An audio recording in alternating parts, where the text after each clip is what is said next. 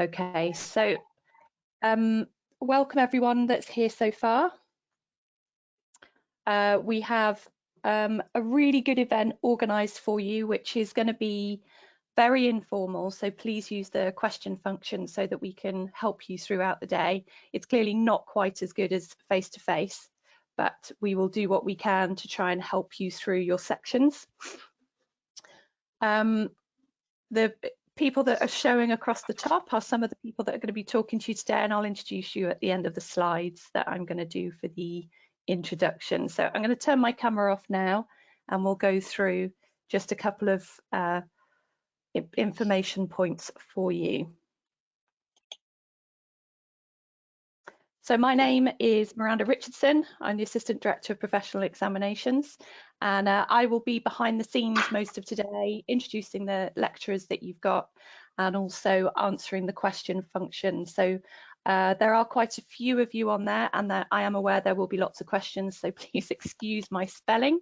I know that when I speed type it does go a bit to pot, and I also apologise if and when I log into unmute.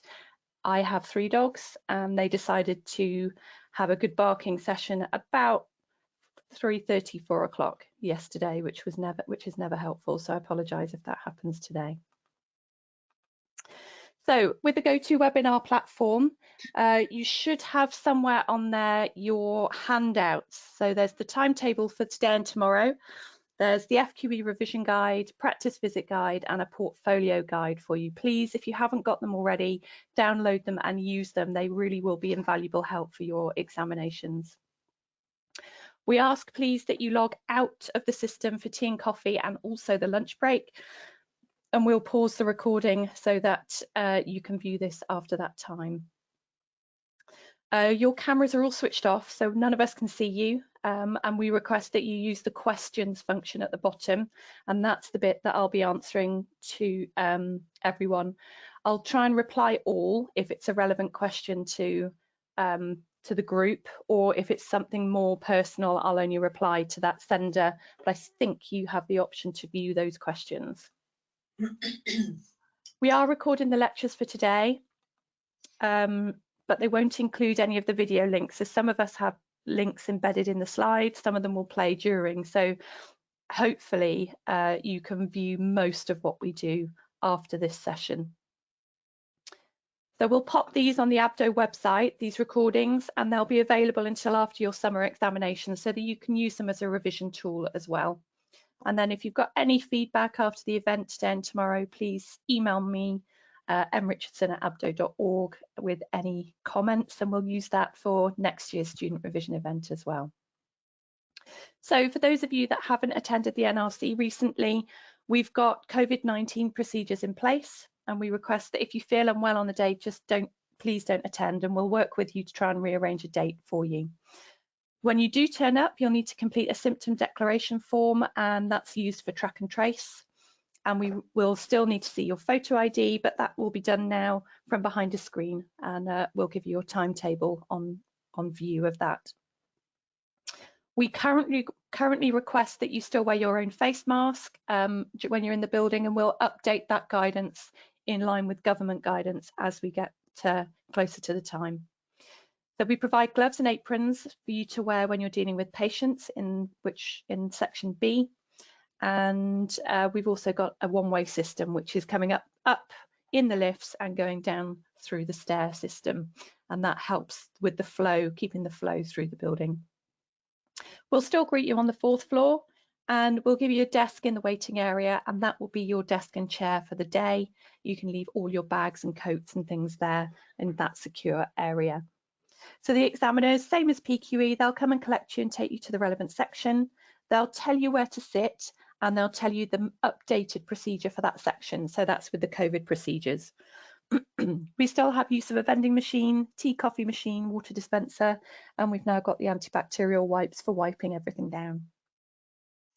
We can provide you with a packed lunch. It's a cost of £3.50, and we request it's cash only. I'm afraid we haven't got a card machine at the centre at the moment. Toilets, just use common sense really, and checking that there's only a couple of people in there, and we request that you wash your hands at regular intervals. and make sure you clean down your rulers and tools between use. We do request that you bring your own rulers, tools if you want to, but definitely if you bring your own rulers. But please don't panic. If you turn up on the day without something, we can by all means provide that for you. But we do request you don't turn up with a versimeter tucked under your arm. You have a choice of 2 in section A, and you don't need anything other than those 2 versimeters. So some small modifications to the exams themselves. So section A, you have all of the equipment and all of the tools provided on your desk. And then we wipe those down completely in between candidate use and replace the box sets. So you don't need to spend time cleaning yourself. We'll do that for you. Section B, the examiners and the patients rotate and you'll stay at the same desk. So you keep using the tools and the rulers that you've got, but again, you will need to clean the rulers and the head calipers and things in between use with the patient. And any spectacle frames that you try on your patient, you need to keep on the desk so that we can clean those down. Section C, there'll be a perspex screen between you and the examiners will rotate to you, to your desk. Section B and Section C will be conducted in the same room, so you'll stay at the same desk for both of those sections.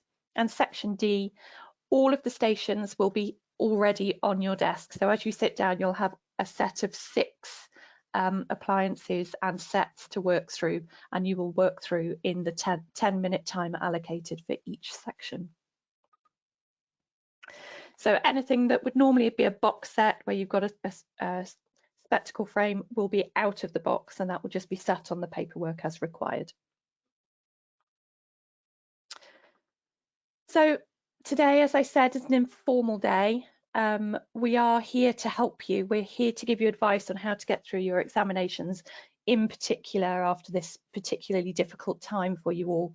So Alicia Thompson, the lady in the blue top in the picture, is my boss. And she sends her apologies. She is very busy with some of the research that she's caught up with at the moment. And so I'm leading on this for the next few days. So Miranda Richardson. And then the rest of the team, I have Matt Stringer, who is our NRC manager, and he's here providing technical support with me in the background. Your first speaker will be Les Thomas. He's an ABDO examiner and works in the training department at Boots. We've got Jerry Dynan, who works in practice, works in a family practice in Ireland and is an ABDO examiner. We have Di Nash. She works in practice. She's a CLO and she's an ABDO examiner. Cheryl Swindles, she's lecturing at Bradford Uni. She also works in practice and is an ABDO examiner. And finally, Daryl Newsom, who is also working in practice, ABDO examiner, and is our current vice president. Everyone is very approachable, both here and at the examinations, and today is the day, and tomorrow, if you have questions, to raise them as we go along. So this is your timetable for today, and we'll try and stick to that fairly religiously. And as I said, if you can log out for the breaks, both lunch and tea and coffee break, we can reset the recording so that it flows better for you when you view it as a download. And then tomorrow, we'll be doing much more interactive sessions. I'll be doing questions on the portfolio, and then a main Q&A feedback session at the end of the day. Now, as I said, I am manning the questions myself, so I will try and keep up with them as they come through, but could I request, please, that you try and keep your questions related to the section we're in, because invariably the lecturers that you have over the next few days have worked really hard to try and preempt some of the questions that you have. So if you can try and keep your questions related to the section that's being worked on, that would be helpful, but otherwise I'll try and answer what I can. So thank you. I will hand back over to Les Thomas, who you have first of all. Are you ready, Les? I am. Morning everyone. Thanks, Miranda. Pleasure. Morning everyone. I would say it's delightful to see you, but I can't see you, so I apologise. But you can see me, hopefully. Nice to be with you. I'm here for the first hour of the day, and I am going to take you through sections A1 and A2. So I'm just going to share my screen. So we've got the slides ready.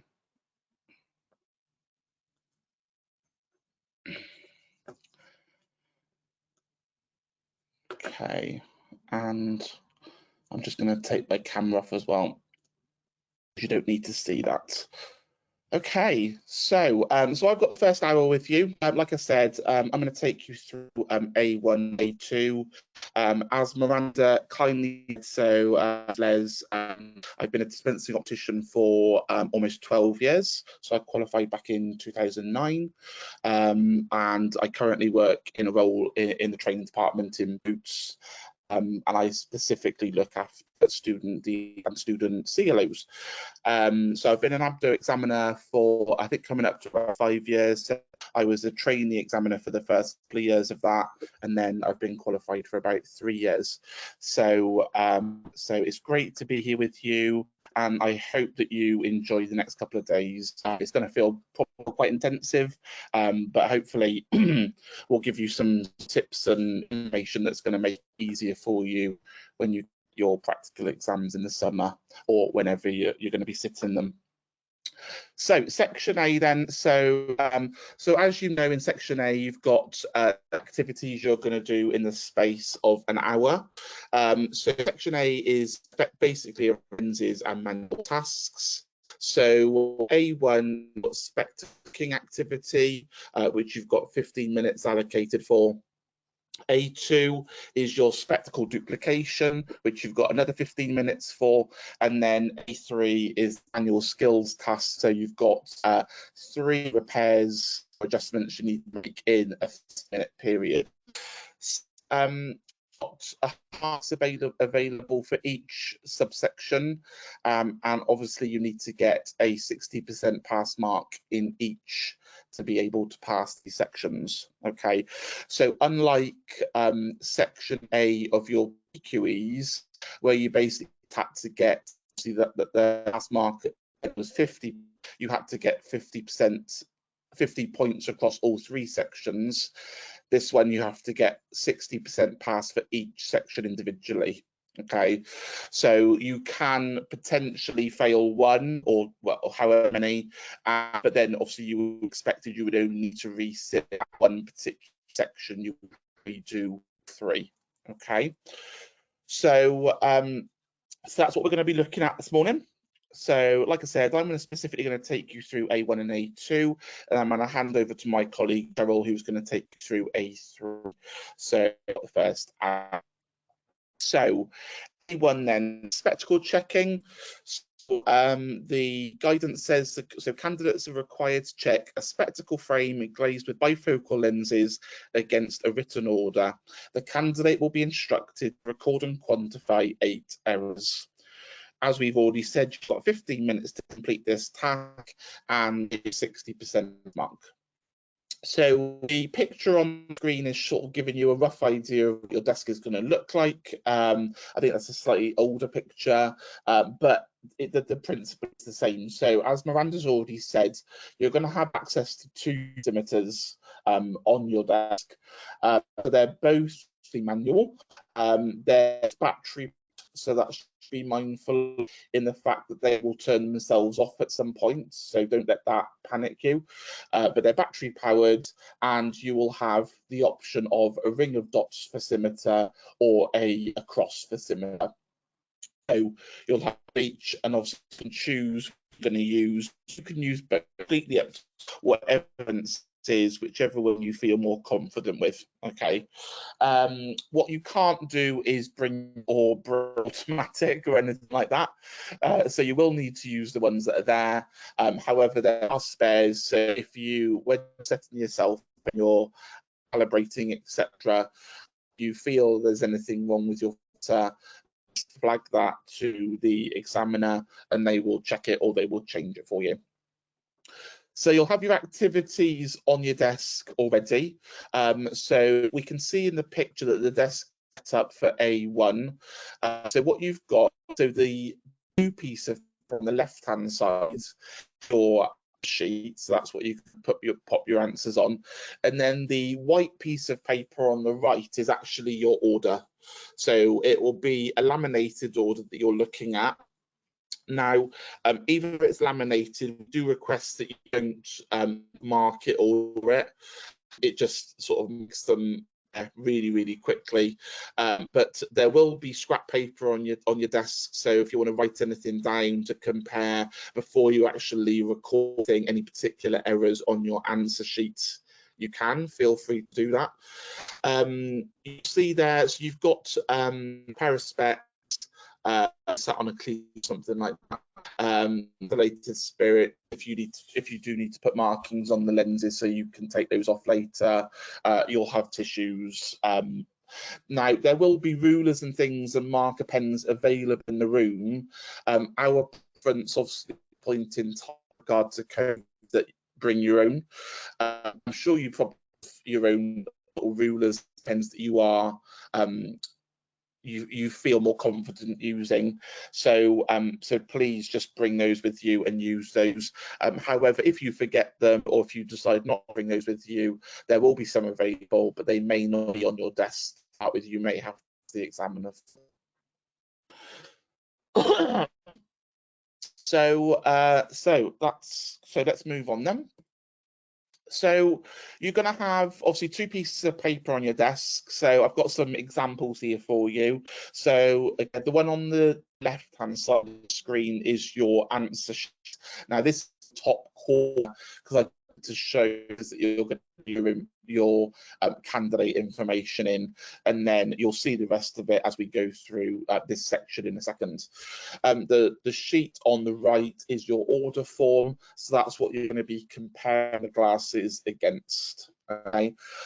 Now, I know this is really obvious, and I am getting multiple at this present, but it is really important to make sure you're writing in your candidate number, set number, venue and the dates, okay? But also the candidate number and the set number are the most important things. So now, when we were in COVID, what you'll probably remember your practical first is that you got issued a timetable at the start of the day and you brought that round each section with you, and an examiner signed it to say that you had attended that particular section. We're not doing that anymore, again, because it's sort of one extra thing that can cause sort of cross-infection, contamination, etc. So you'll still be issued labels, so you need to, so what section you're doing at any given time, but you don't need to bring it into the exam room with you. We're not going to sign it, okay? However, just bear that in mind, because if you do decide to leave your form outside in the waiting area, make sure you can candidate. Okay, I know that's ridiculous, but you'd be surprised. So maybe just jot that down somewhere, maybe on your pencil case or on your calculator or something where you know you're going to have that with you, so it's easy and you can just pop it down on your sheet. I'm sure you will remember off your head, but you'll be surprised how much exam nerves will affect you on the day. So even the most basic things like candidate number, you might forget.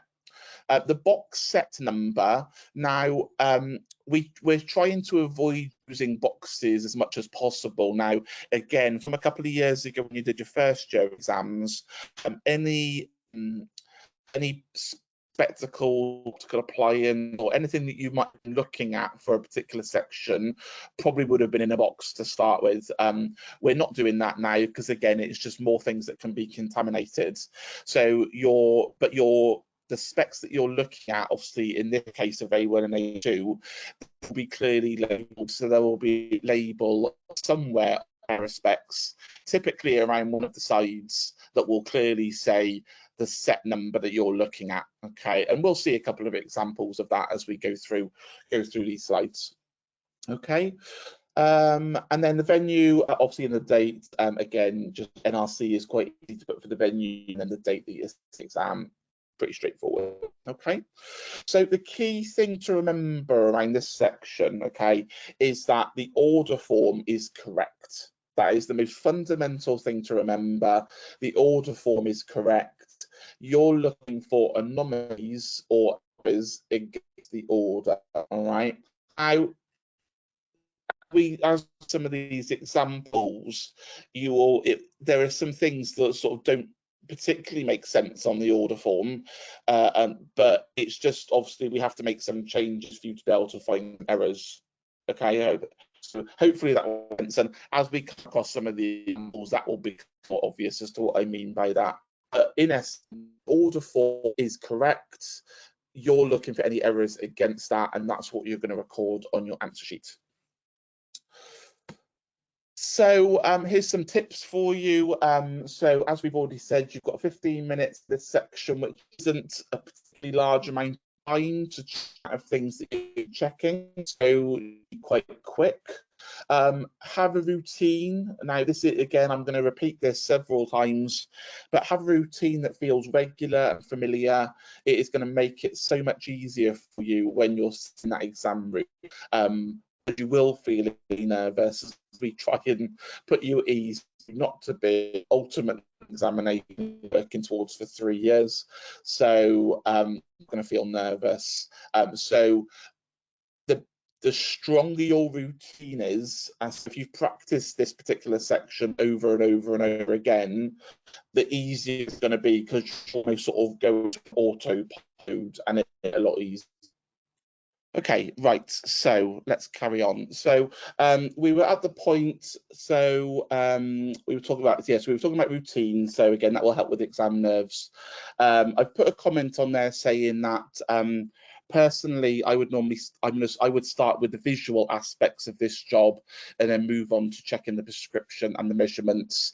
And that's the routine that I'm gonna show you this morning. Okay, obviously that doesn't necessarily mean it's the way, absolutely the only way of doing it. So whatever your routine is great, but these are the key things that you're going to need to look at in this section. Okay, so there are 8 errors. There aren't any more, there aren't any less than that. So there are definitely 8 obvious errors. And when we talk about obvious errors, that is basically comparing it to British standard tolerances. So so it should be pretty obvious as to what your errors are. Okay.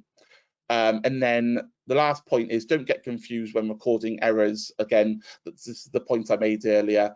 The order is correct, and what you're looking for is errors on the spectacles.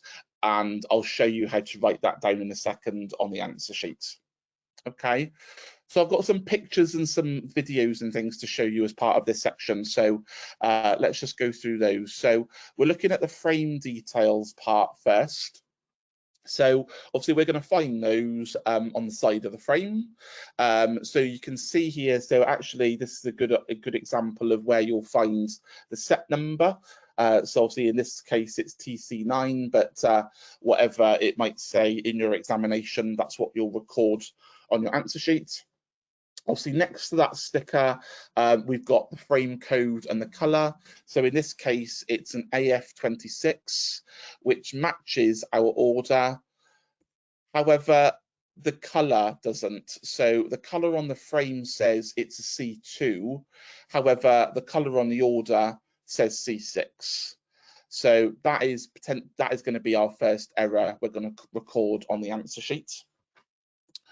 We're then going to look at the other side. We're going to look at sizes. So this one's saying and that's not a particularly easy picture to read, but it'll be easier in real life.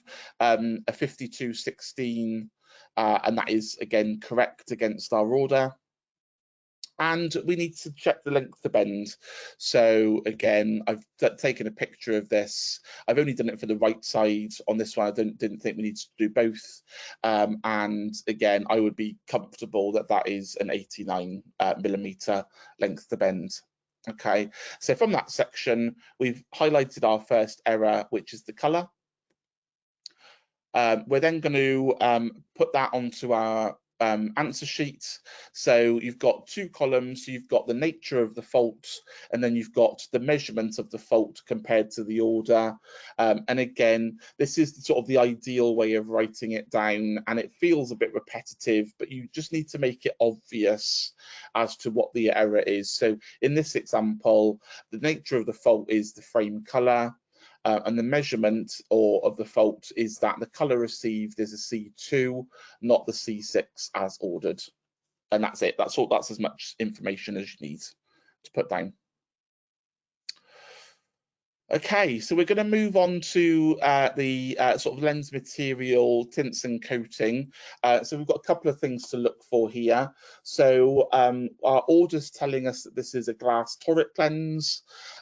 So it's the material I would be more conscious of looking at this point. So what we're interested in is this spectacle lens made of glass, or is it potentially plastic?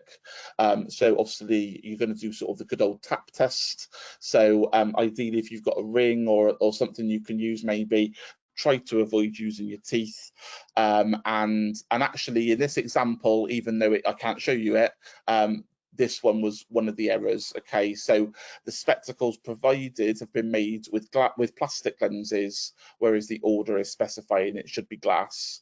So that is going to be our next error we're going to put down. Okay, and then as regard to tints and coatings, now as just for demonstration purposes, what I've done in this photo is I've put a pair of my own spectacles which do have a finish on them next to the spectacles I'm looking at in the exam, just to see the difference. Okay, so obviously in this example the order is saying there is no tint or coating, so we'd be looking for, as you can see, there is no sort of coloured bloom of the lens. So my spectacles above have got that slight green tinge to them. Obviously there are other variations, but this one looks pretty white. So again, I would be comfortable that there isn't any tint or coating on this pair of specs. Okay, so we're going to put down our lens material error. And again, it's going to feel very similar. So the nature of the fault is the lens material, and the measurement is that the lenses received are plastic, not glass, as ordered.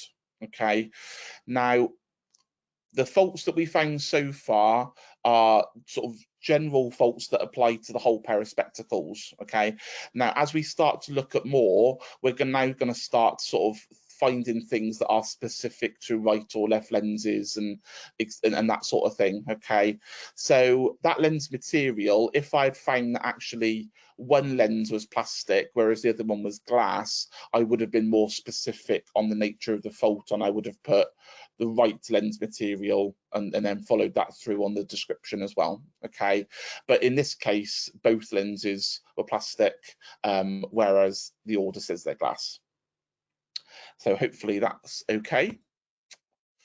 So as regards to the prescription bit, now I've got a little pre-recording here which has got me talking over it, so I'm just going to play that, and I'm hoping that you're pretty comfortable with symmetry, manual symmetry at this point, but this is, I suppose this will just act as a little bit of a recap for you. So I'll let you watch this first. Okay, so I've mounted my glasses onto the posimeter. So I'm going to start with the right eye first, and I'm going to look for the powers, and we're going to compare that against the order to see if there's any errors. Okay, so let's start having a look at what we've got here. Now, I'm conscious that you can see the green cross, but you can't see the numbers. Okay, don't worry too much about that. I can see it. It's just part of the focusing of the camera. Okay, so now, obviously, you've got a choice as to sort of how you want to do this. So typically, I do this. I look for first power, second power axis. I know other people have got sort of slightly different ways of doing it. Obviously, my order that I'm looking at is in -sil. So I'm going to deliberately find my powers, so I get a -sil, so I haven't got to transpose it. But obviously, you can use whatever technique you like. Okay, but obviously, it's just making sure that you're able to compare to an order. Okay, so looking at moving my power dial here. So I'm going to take, so what we've got here, we've got sort of lines, set of lines there, and a set of lines there. Okay, so I'm going to take my long lines there. Okay, so the longer set of lines, and I'm getting a focus around -150. Okay, so that's what I'm going to jot down.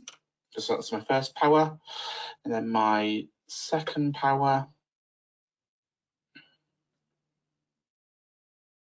About there.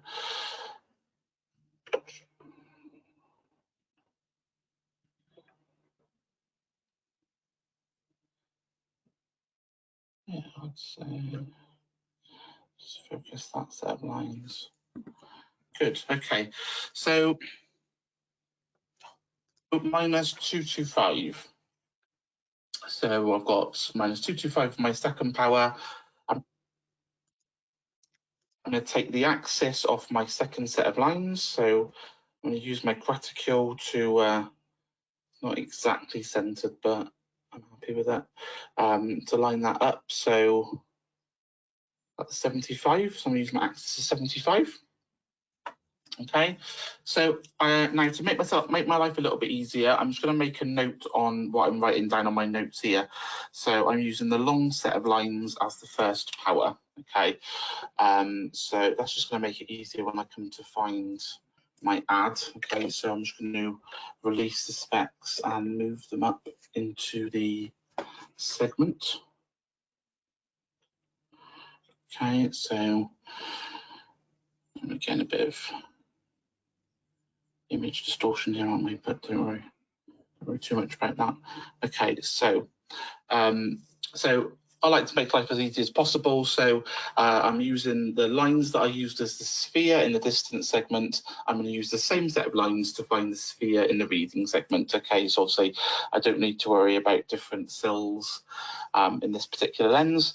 So I'm using my long set of lines and I'm getting a power of plano. Okay. That's good. So one thing I should have done before I moved it around is mark it up. Okay, so let's release. I'm just going to go back to the distance portion. Reclamp. So I'm not focusing exactly here, but I just want to get it centered. Now, okay, you see my posimeter's gone off. Don't worry about that. In the exam, you're going to be using posimeters which are battery powered, not mains powered. So they do have a timer in them to turn off automatically after a certain amount of time. Okay, so I'm just going to use that as sort of like almost the halfway position between the two set of lines. So, and I'm just going to use that as my position to mark. Okay, so and I'm now going to switch over to the left lens. Okay, so I'm just going to stop that there because I think that's all we sort of really need to see at this point. So, so to just touch on a couple of the key points from that, because again, you can see that actually, because I was quite nervous doing that filming for this, I forgot my own routine. So actually, obviously, I should have checked the prescription, find the powers, find the axis. Should have then centered to make sure the axis is completely accurate. Put on my markings and then move down into the reading segment to get my addition power. So again, that sort of just, I suppose, elaborates on the point I was trying to make earlier about the more you do it, the more confident you're going to be, and it goes in, you go into a bit of autopilot. Okay, so so again, that's just a sort of a very brief sort of recap on manual posimetry. Now again, there are a variety of ways that you could do that, and I do not want you to change your routine because I've shown you something different. Okay, if you've got a routine that works, stick with it. As long as you get the right answers, it really doesn't matter. Okay, because again, some people just do it a little bit differently. So, but the key with this one again was just to measure the two powers, the axis, the power of the addition. So then I can put all of that information into my onto my notes, so I can compare it against the order. So what we were finding in there was that I had a first power of minus 150. I had a second power of minus 225, and I was finding my axis along the 75 degrees. And then when I moved down into the reading segment, I was looking at the same set of lines that I've used for my first power, and that's where I'm now getting my add power, which in this instance is plano. All right. So when I then put that on, obviously then if I'd show you the rest of the video for the left lens, this is what I would have found. Okay. So when I then compare that to the order, and obviously I need to put that now, instead of being just the principal powers, I need to put that into the sphere sill axis format. So again, if we pay particular attention to the left lens at this point, or the right lens at this point, sorry, what we'll see is that actually I'm getting some differences. So my sphere would work out as being -150, whereas the sphere of the order is -1.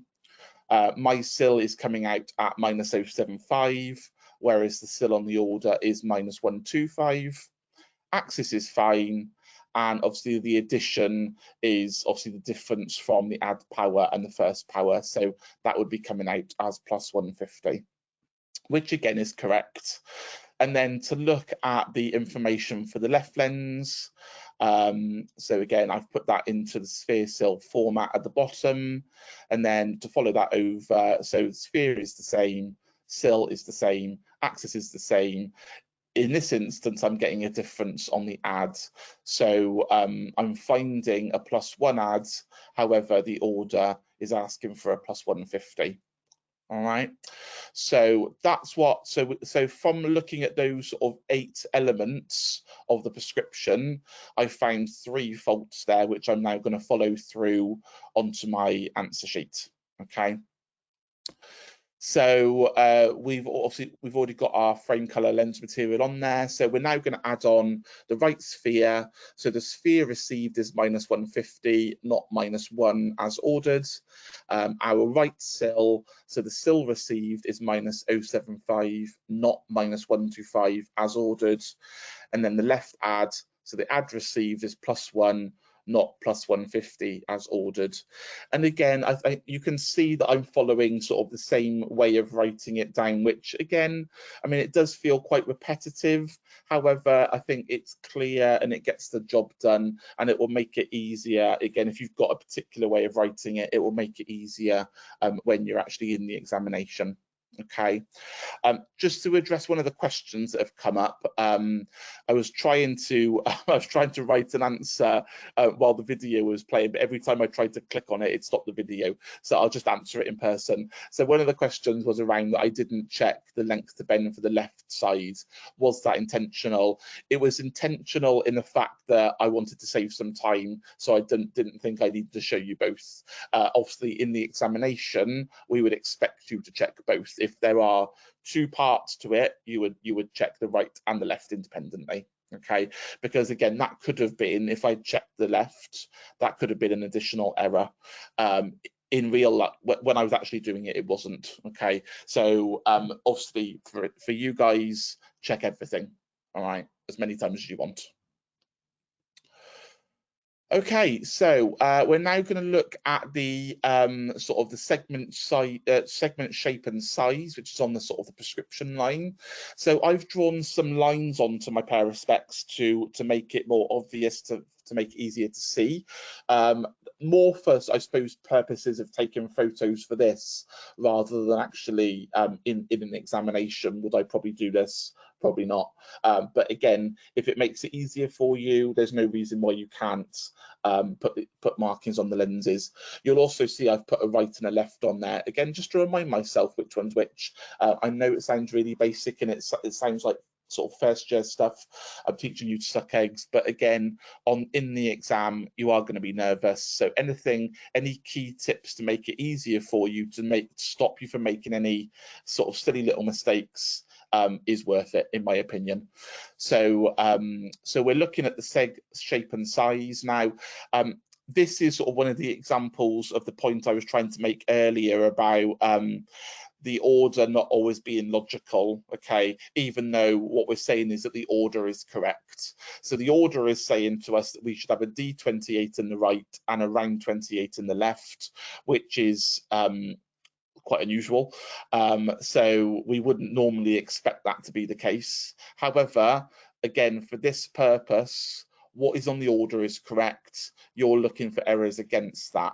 So in this instance, we can clearly see that the right lens is a round seg and the left lens is, sorry, yeah, both lenses are round segs. But obviously that would be an error against our right segment on the order. Yeah. So whereas the R seg in the left is correct. And obviously, if you wanted to check the sizes, you've got that corner on the abdo rule where you've got those little circles where you can check the diameter of a round segment. So in this instance, we're going to capture that as our next error. So that would be put down as so the right seg shape. So the right segment received is an R28, not a D28 as ordered. So we're going to move on to sort of our last few little bits we need to check. Okay, so we're looking at monocular centration. So you saw when I was for symmetrying, I marked them up, so I put the red dots on. I've put a little black cross on the middle one again, just to make it easier and show up on the picture. So you can see that we've got a mono PD on that side of 31 on the right, which is correct against the order. And on the left, it's the same. So again, I would say those are okay. We're then going to look at seg top position. So remember, seg top is the horizontal center line to the top of the segment. So I've now drawn on the horizontal center line again, just to make it more visible as to what I'm looking at and comparing to. So this picture is for the right lens, and actually, even though because of the angle I had to take the photo to try and avoid some of the reflections, we can see that the horizontal center line is obviously on the horizontal center line, and the top of the seg is on the 2, whereas our order is saying it should be on 4. So again, I would capture that as an error. Whereas for the left lens, sorry, we've got it on 2, which is what it's supposed to be. So that's okay. So we would capture that as right seg top. So is the error, so right seg top received is 2 millimeters below, not 4 millimeters below as ordered. Okay. So we then need to look at the inset. Okay, now obviously to compare insets, we need to mark up. So we've already got the optical center for distance. We need to mark up the optical center for the seg. So for a round seg, I would just, in this instance, I would just measure across the diameter and mark the midway point, and then I would do that from the top down again, just to get that central point of the, in this instance, the round 28 segment. So that's where that second cross has come from. And actually what I'm using on the ruler are these vertical lines, which are an extension of the midline, which are 2 millimeters apart. So that is helping me to work out that actually there is a 2 millimeter inset on this right lens, which is fine. However, for the left lens, when I've done the same thing, I'm finding the same. So I'm finding, which again is pretty logical. So I'm finding another 2 millimeter inset, but actually my order saying it should be 4. So that is going to be our next error. Okay. So again, we capture that on our form. So left seg inset received is 2 millimeters, not 4 millimeters as ordered. And then the last one we need to look at is our segment drop, okay? And just to remind you, I've got a little description at the top. So that is the distance optical center to the segment dividing line. So we've already got that information marked on there. So obviously what I just need to pull the glasses down the ruler a little bit, and obviously put the distance OC onto the horizontal center line, and then measure to the top of the seg. So again, on this one, which is the right lens, we're getting 6 millimeters, which is fine. And on the left one, I would, yeah, again, I would say that's 5, which is on the order. So again, that's fine. So no issues with our segment drop. So just to recap then, so basically this is all the errors, and I'm just putting some crosses on the order form so it makes it obvious as to which ones which is relating to. But like I said earlier, please don't draw on the actual order form in the exam, okay? So, but this is what your scrap paper is going to be for.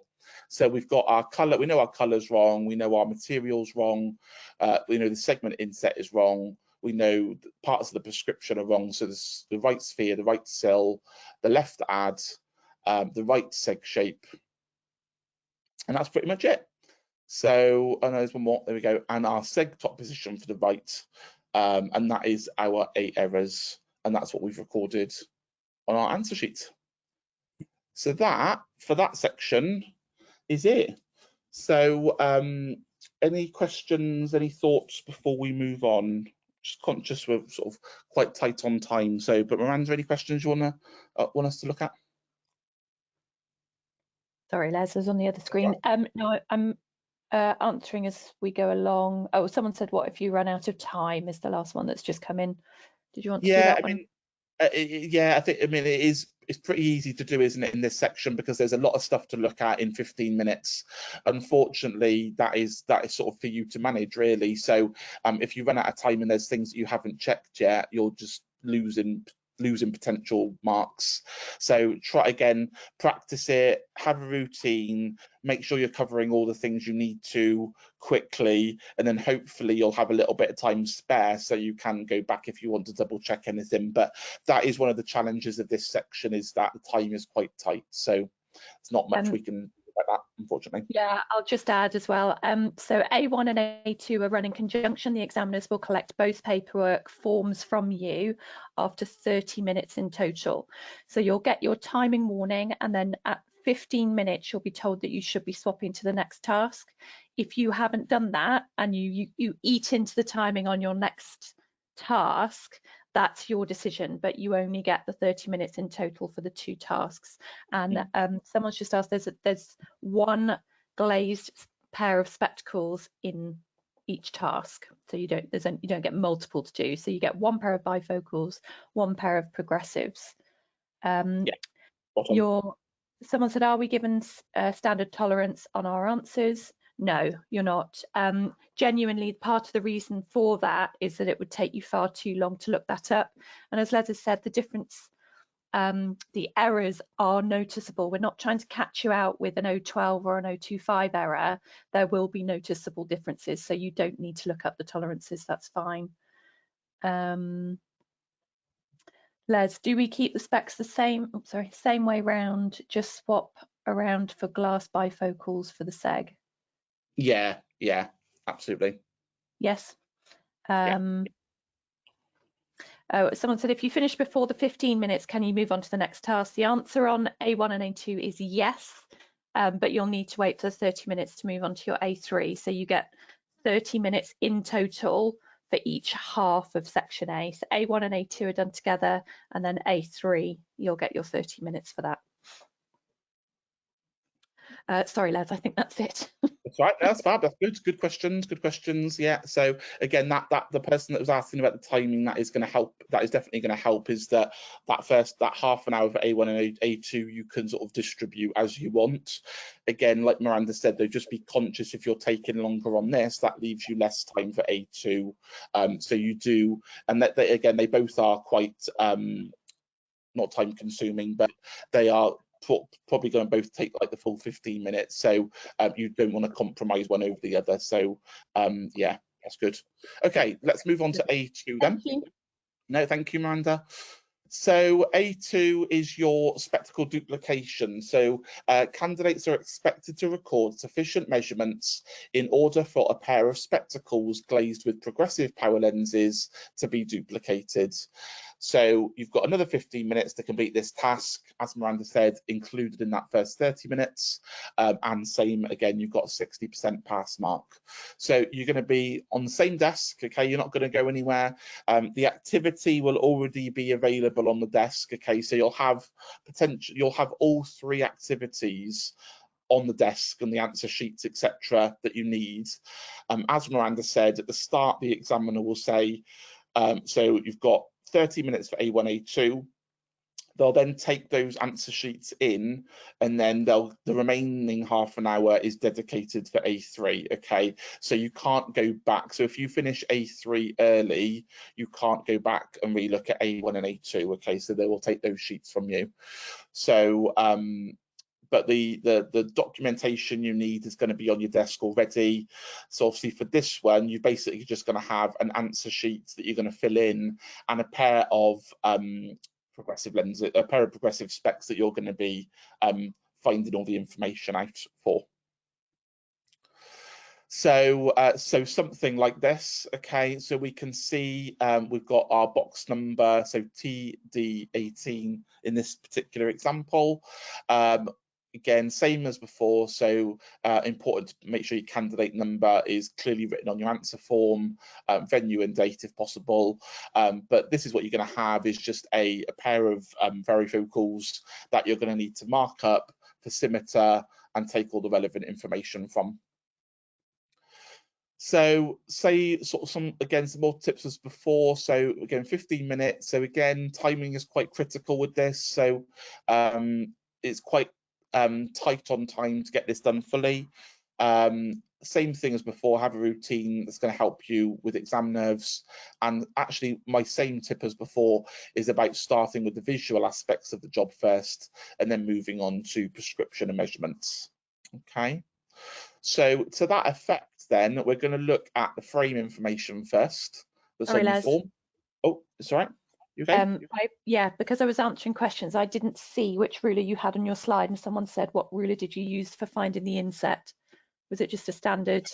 I think it was a city rule, actually. I don't think it was an abdo rule. It's the one that's got the vertical lines on it.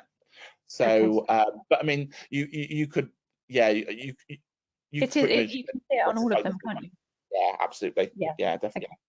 Thank you. Yeah. That's cool. Okay, so we're looking for frame name and color. So again, we can see on the side of the frame that this is a LIGO optic.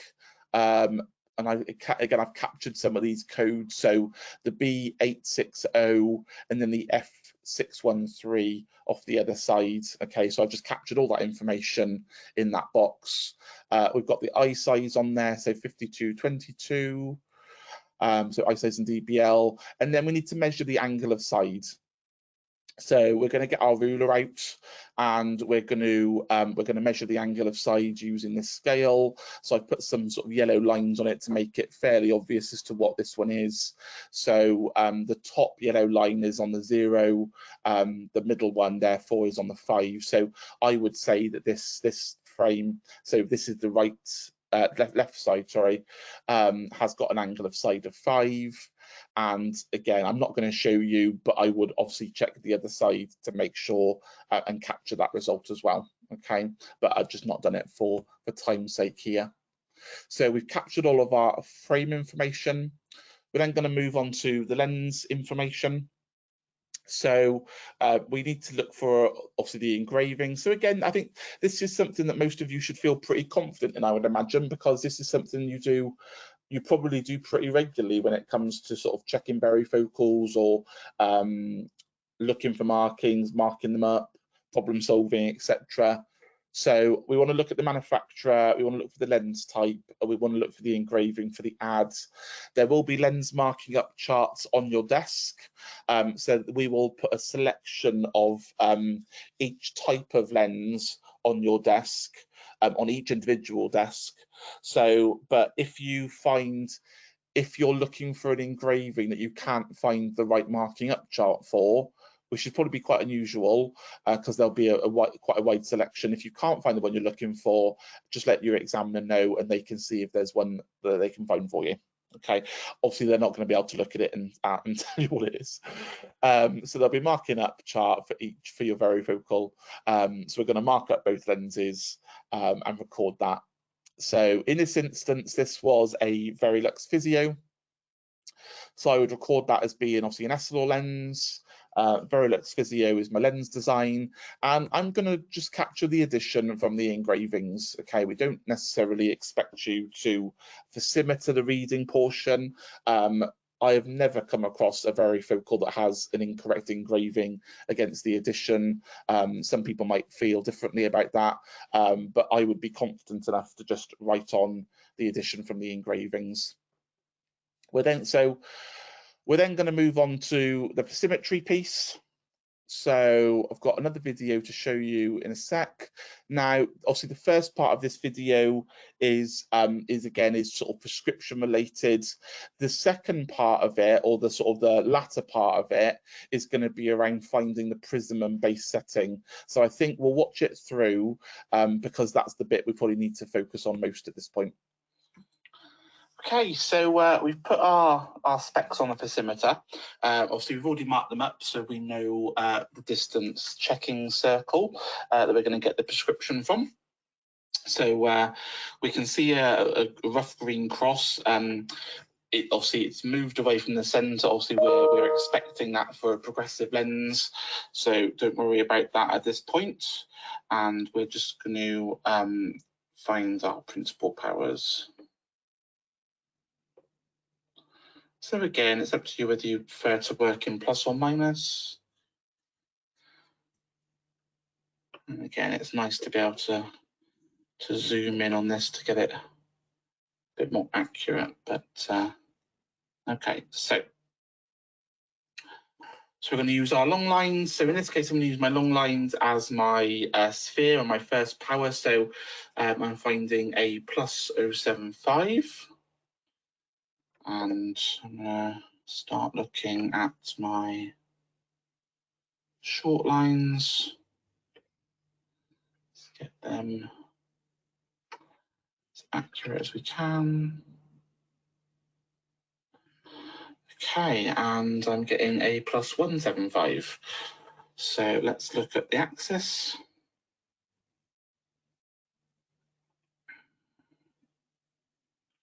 Around 80. Okay, good. That's what I'm going to record. Now, while I'm on the right lens, what I'm going to do is I'm now going to move up, and I'm going to focus in on the prism or major reference point. Okay. Now, obviously, this is the only location where we can get an accurate reading of the amount of prism in a lens. So we know that obviously each circle is 1 diopter of prismatic effect.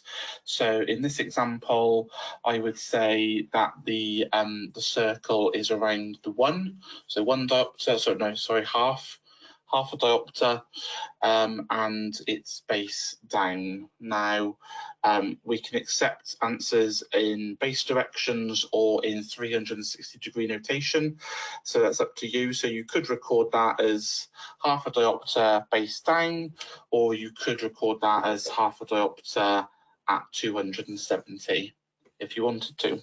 Okay, so that's the right lens done. So we're going to move over onto the left lens. Okay, so again, distance checking position to start with.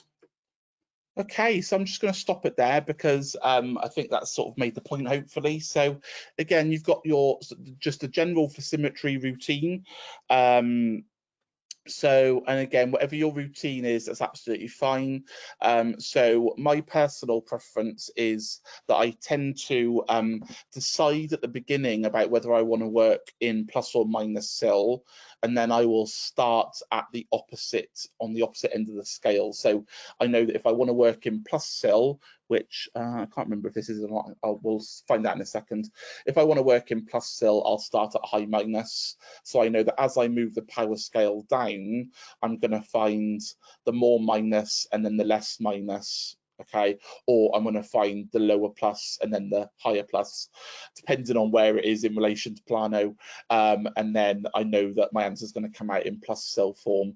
Obviously, other people have their own routines, so some people like to use sort of short lines for the sphere and long lines for the sill, or other and that sort of thing, which is absolutely fine. Again, if that works for you, go for it and just continue as what you would do. As long as you get the right answer, it doesn't really matter.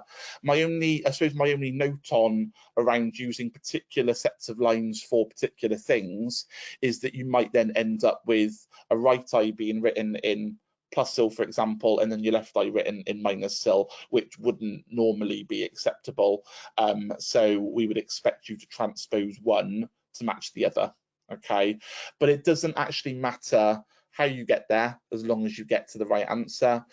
You can record your answers in whichever sign power, so plus or minus sill, that you want. So it doesn't matter, because if you've written it in, you can write it in either, and then obviously it'll get marked as to whether it's correct in that form or not. So you don't need to worry about that. And then just to talk a little bit about finding the prism position and setting. Now, obviously, I'm just conscious that the way I had to position the camera on the Versimeter to get this video is it's slightly skewed.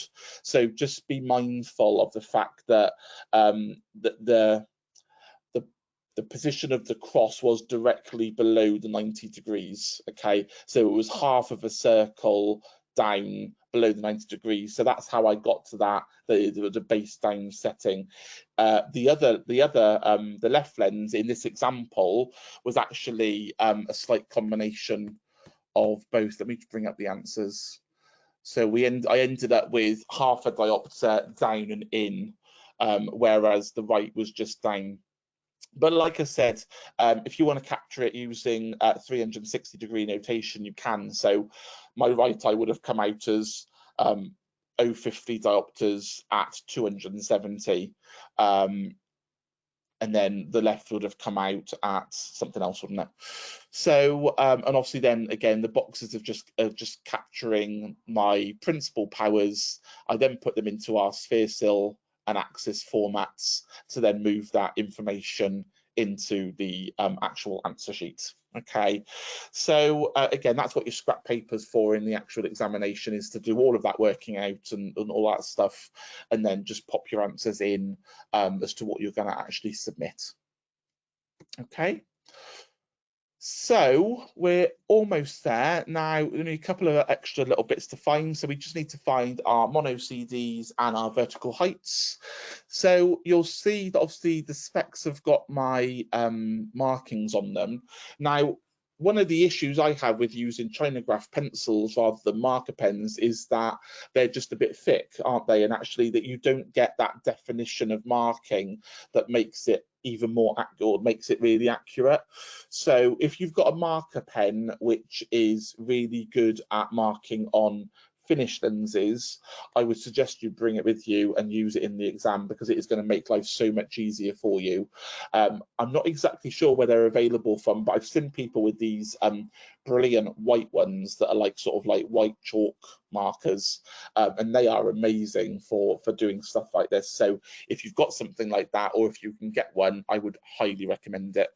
But in this case, obviously, we're looking at the mono CDs for the right and left on our trusty Abdo rule, and I was getting 35 and 34 for my fitting cross position. Okay, and then for the vertical heights, I had to put some little red dots on this to make it a bit more obvious as to where they actually were. But for the right eye, I was getting 3 above horizontal center line, and the left, I was getting 2 above the horizontal center line. Okay. Now, one of the questions that was asked yesterday was around, can you capture your vertical heights from sort of to to lower rim, etc., that sort of thing. For this one, I would say no. So for PQEs, for yesterday, we said that it was okay, and actually the examiner would just check it manually. However, I will sort of point out that actually on your order form, it does say vertical position of fitting point relative to HCL. So it is asking you to record it in that way. If you decided to do it differently, you probably wouldn't get the mark for that, because it's giving you very explicit instructions in this instance. Okay. And that's it from me. So I'm just going to go through this, and then we've got sort of a few minutes left for any questions or anything you might want to revisit in that one. So like I said, that one was a little bit shorter than the first one. So I think my colleagues are going to talk about this as well as we go through today and tomorrow.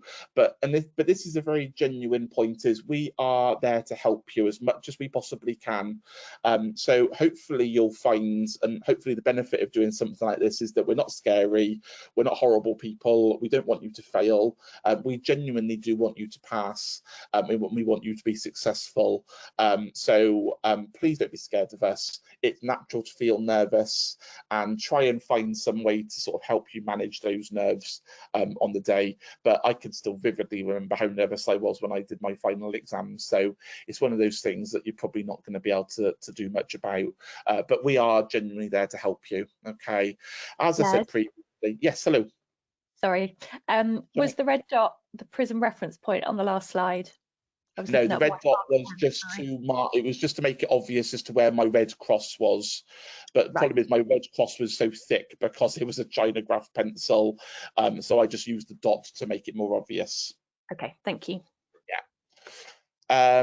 Have a routine. We've talked about that a couple of times. I genuinely can't sort of emphasize enough how much that is going to make it easier for you on the day. Plan the time. If you have time left over in any section, double and triple check your answers. Okay, now you are welcome to leave at any point. So if you feel that you're finished, you just need to bring that to your examiner's attention, and we'll pretty much all give you the same standard of response, which is you've got X amount of time left over. Do you want to double check anything? Okay. Now, obviously, it's up to you whether you do or not. We would recommend you utilize as much as the time as you possibly can. What we don't want you to do is sort of walk out of the room and then think, oh my God, I wish I'd done that, or I wish I'd checked something else. There'd be nothing worse than having that feeling. But ultimately, the decision is yours, but we will just remind you that how much time you've got available left. Bring the equipment you prefer to use, and good luck from me. So we'll all see you at the exams in the summer, probably, depending on what days you're doing. But so feel free to say hello, but best of luck. Any other questions, Miranda? No, not at the moment. Anyone got anything they want to add before we move on to A3? Les, that was amazing. It's a really, really informative set of slides. Much appreciated. Thank you. Oh, cool. You're welcome. I'm going to stay on the line for a bit anyway. So if any questions about that specific part do come through, I can answer those while Cheryl's doing her part anyway. So that's not a problem. I'm just going to stop sharing my screen. Okay, I will just double check. Cheryl, are you available? Yes, I am. Good, that's the right answer. Thank you. Thank you very much, Les. That's really, really kind. You're welcome. Take care. Hi, Cheryl. Hi. Right. So you've got a hard act to follow now, Cheryl. I know, I've got to find myself on this list to share this screen. There we go. Okay. I will close myself off, and everyone, I will leave you with Cheryl Swindles. Thank you very much. Morning, everybody. Thanks to Les. It was an awesome introduction to section A1 and 2. We're going to pick up where Les left off and have a look at A3.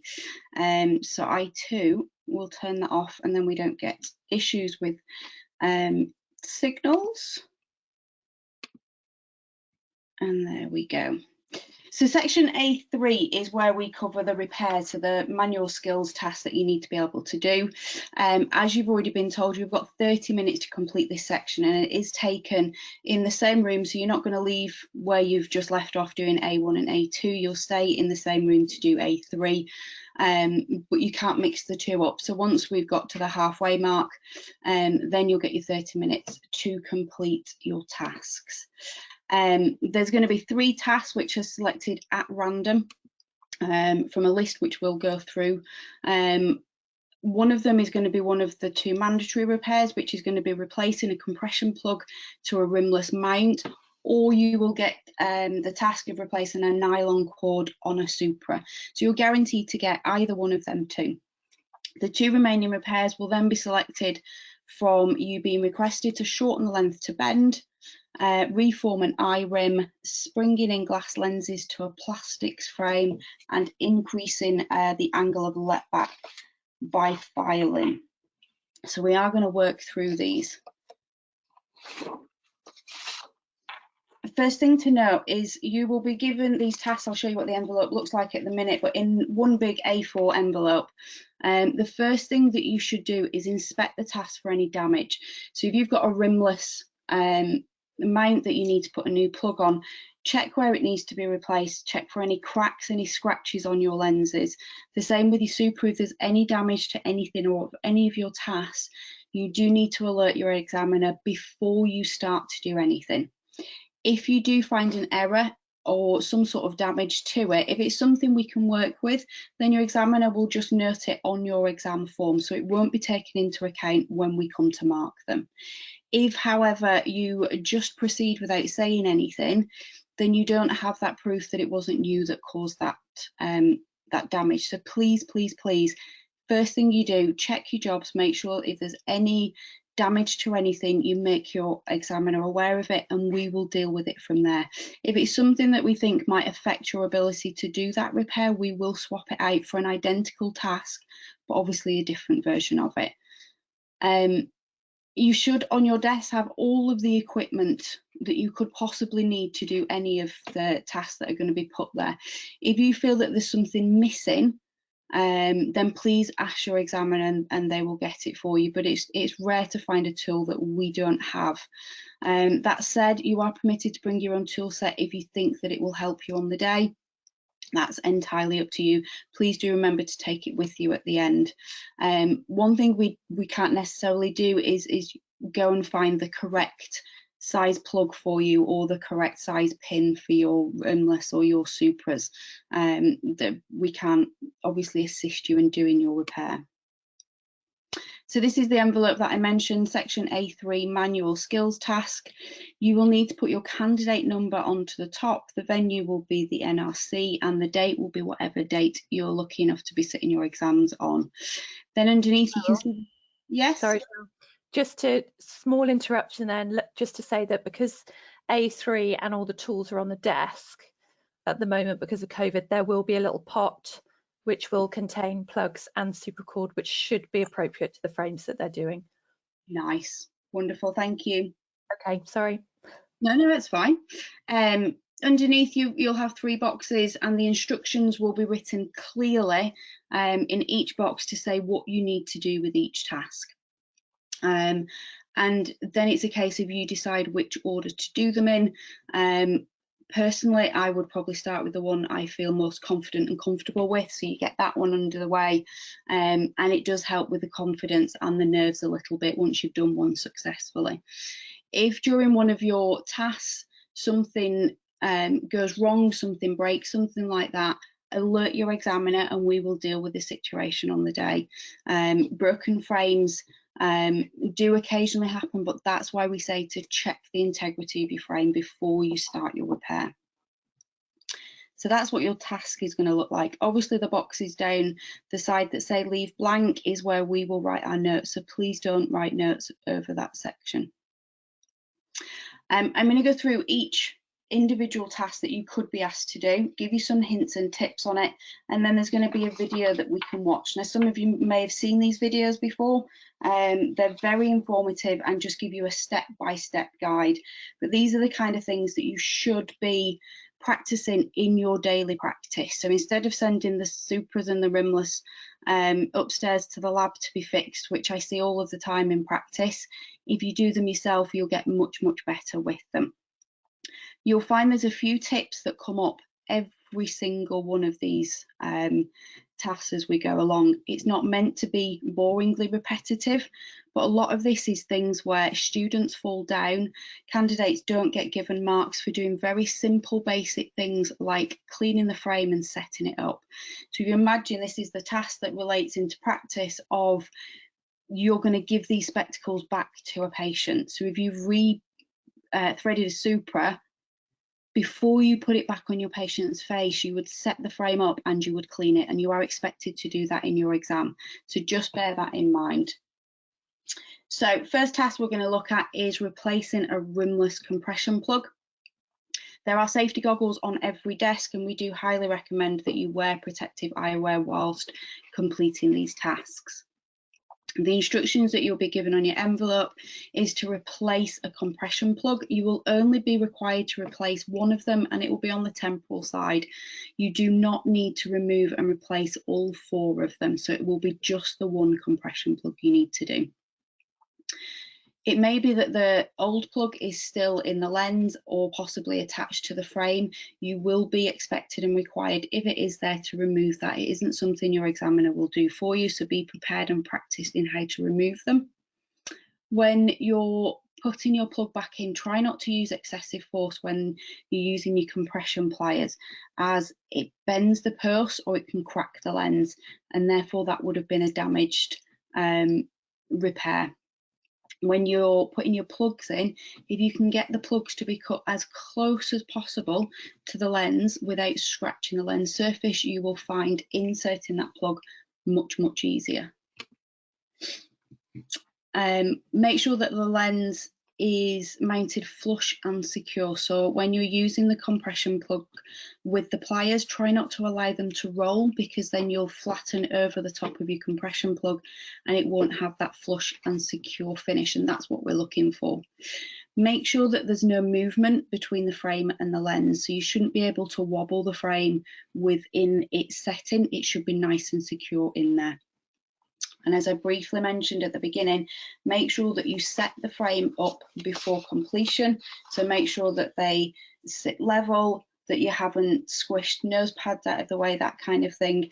And then clean the repair before placing it back into the envelope. So don't forget that bit. Now, keep fingers crossed that we can, make this link work. We might sometimes need to remove and replace the compression plugs from a rimless mount. I'll now demonstrate the correct method for this. To reassemble a rimless mount that's been fitted with compression plugs, we need first to remove any remaining plug that's in the drill holes. We can do that either with a pointed object or with a specialised plier.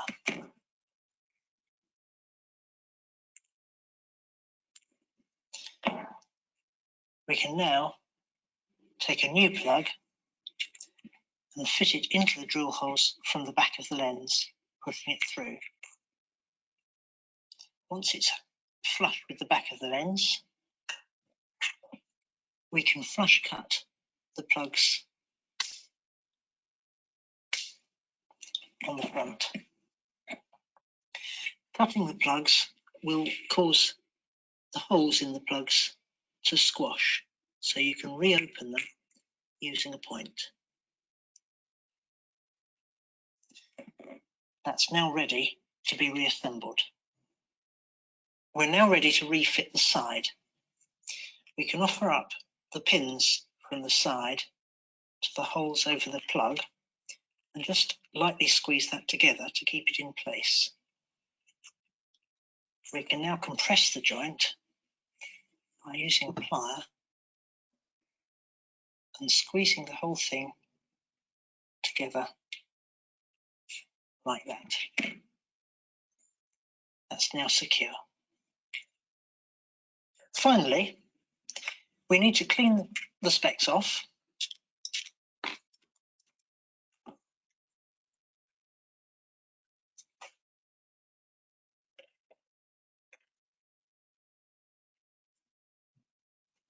and check for correct alignment. This way and this way.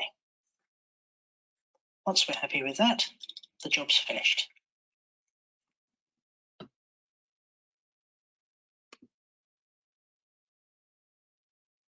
Okay, so useful video there. You notice at the end he cleaned them and he set them up before determining that that job was finished and complete. So it does play an important part to it. One thing that isn't noted on there that I do see students doing quite often is when you're using your compression pliers to, once you've offered up the pins into the gap, is to make sure you go from the top of the lens, because there's less chance of you clipping the top of the lens with the pliers as you compress it. So always go into the top end of the lens rather than going in from the bottom, just to avoid any damage to the lenses. So that's how we replace a compression plug. The second one where you're going to get definitely the rimless, the other one is your nylon super cord. So once again, we advise you wear protective eyewear. You will be asked and required to remove the existing broken nylon cord. The ribbon, the nylon and pins will be available on the day. As Miranda just said, there will be a pot on your day with such things in there, so everything should be easily available. Personally, I always begin at the nasal side and finish securing the lens on the temporal side. I just find it's less fiddly because you don't have a bridge and pads and things like that to deal with. So I always start at the nasal side and work over. When the lens is replaced, it should be secure and not able to rotate. So once you think you've finished and you've done, if you just hold the lens and see if you can rotate it within the frame. If you can, your lens needs to be removed and you need to start your task again, or at least undo the temporal side and tighten it up that little bit. What you can't do is put it in a frame heater and try and shrink it that way. That's not allowed on there. Do make sure that any nylon is flush with the frame, so it sits in that figure-of-8 bevel, and that there's no excessive tail of nylon. So if we remove the lens out, there should be no more than sort of 3 or 4 millimeters of nylon that isn't as part of the threading in there. No threads of ribbon should be left, so where you've used the ribbon to secure the super cord into the groove and you get them annoying little bits of ribbon tear off, you would be marked down for that, because obviously you wouldn't give that back to a patient. So make sure that you remove all of them things. As we said on the previous one, set up the frame before completion, clean the repair before placing it back into the envelope. One thing I didn't mention, I should make sure I do it on all of them, is your first task is obviously to check the integrity of your frame and that there is no scratches or chips or marks to the frame or the lens before you begin. And if you do notice any of them things, report it to your examiner immediately and we'll deal with the situation from there. So replacing a nylon cord. Now my links seem to be working.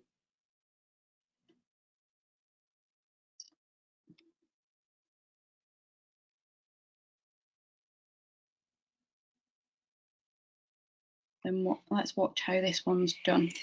If a super frame has a broken cord, I'm going to show you how we should remove the old cord and fit a new one. Now, as you can see, the super cord on this frame is broken, and we're going to need to replace that in order to be able to remount the lens. Now, the first thing we've got to do is to remove the old cord from the rim. And we can usually do that simply by pushing the cord upwards and loosening it from the 2 holes. If you then pull it out and release it from both sides, we'll be ready to fit the new cord in.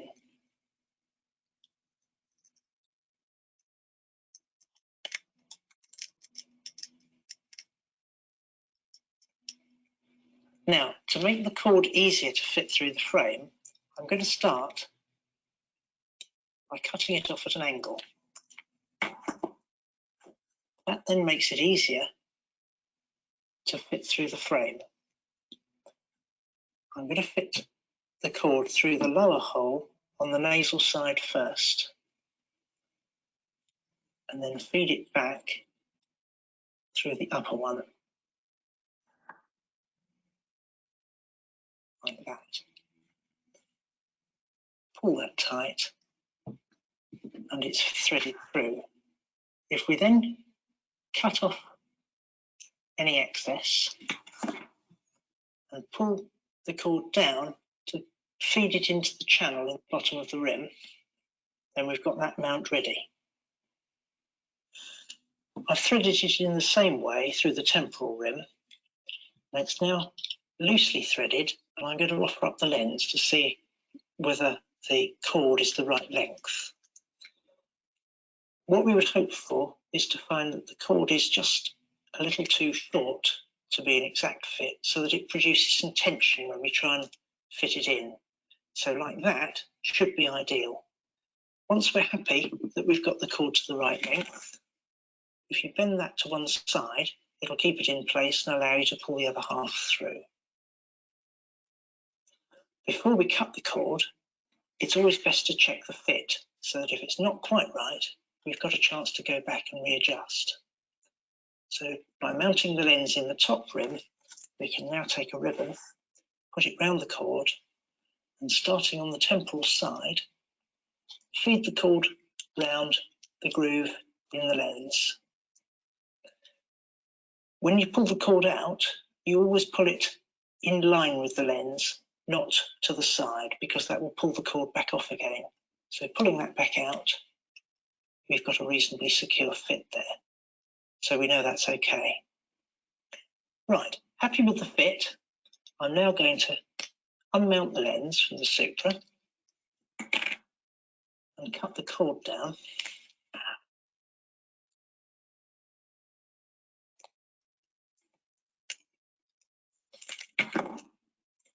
And that will allow us to do the final fit, pull the cord into the rim,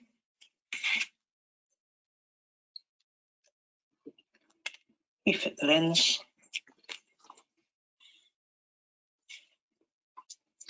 secure it using the ribbon, pull the ribbon out, and now the job's finished. I'll clean them off.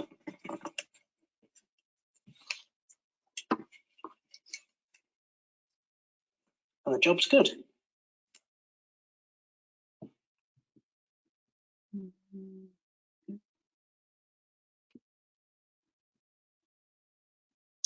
Lovely. So again, you see the frame was cleaned and set up before being determined as complete. It's dead important that we do that. And also you check to make sure that there was no more than 3 to 4 millimeters of excessive tail that was tucked in, so it doesn't stick out and cause that hazard of that jaggedy edge. So that's how we replace a nylon super cord. So on to the 4 remaining ones. So you'll get 2 of these to do, 2 out of the 4 to do. First thing we're going to do is check the frame integrity, and again we do advise that you wear protective eyewear whilst doing this. Please make sure you're accurate with your measurements. So remember, when we're measuring length to bend, it isn't from the front or any other point of the frame, it's from the centre of the screw to the apex of the bend. So it's very, very important that you measure it that way. If you want to use a marker pen to mark the side, please don't use a permanent one, and make sure that it is removed afterwards. You can be marked down if visible marks are left on a frame, because again, you wouldn't draw on a patient's frame and hand it back without removing those markers off there. Once you've cut the side, do make sure that you safety file them, so take any of the burrs from the metal tip and make it safe. This is so that, you know, should a patient actually manage to take their end tips, the silicon side tip off, then there isn't a very dangerous, sharp, jaggedy piece of metal inside there, but it also reduces the chances of you damaging the end tip whilst you're putting it on, because obviously if there's pointy bits of metal, then that can scratch through and actually come through the acetate tip, in which case that would be a damaged repair to the end of it. So do bear that in mind. Be careful that you don't overheat the end tips, as this can crease or pierce them. If depending on the material of them, and with sufficient heat, you can shrink them, which means you won't get them to go back on.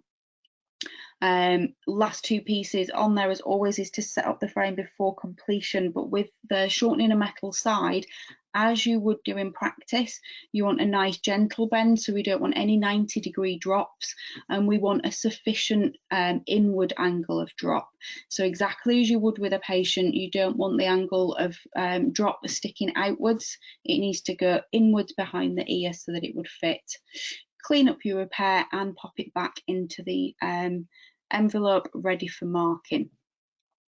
One other thing that I haven't noted on here, which is a good point to remember, is make sure you read carefully what it is that your examiner has asked you to do on the piece of paper. So we're reducing the side by an amount, or we're reducing a length of bend too. So make sure you read that and check it. I have seen cases where we've asked for the length to bend to be at say 85mm, and candidates have cut their side at 85mm, and then obviously there's no drop. And once you've cut that metal frame, I'm afraid there is no way of getting that bit back on there. So again, as it would be in practice, that would be a damaged repair. So just be careful of that point whilst you're doing these. So let's see a little video, demonstrate how it should be done.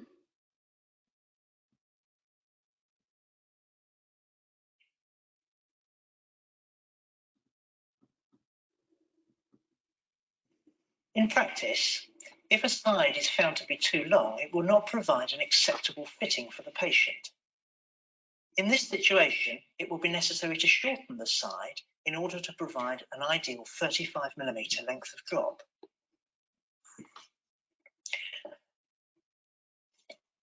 As you can see, the side on this frame is too long to be a good fit. To get this right, we're going to need to measure the length to bend correctly, measuring from the dowel point to the ear point. On this occasion, it measures 80mm. Having heated the side and straightened it, we remove the end tip, and then we're going to measure the side from the dowel point, the 80 to bend that we require. We'll add on 35mm to the drop to 115, but we're going to cut off an extra 5mm to allow for the amount of end tip that goes beyond the reinforcing wire. So we'll end up cutting it at 110mm. Having measured the side to 110mm from the dowel point, I'm now ready to cut it.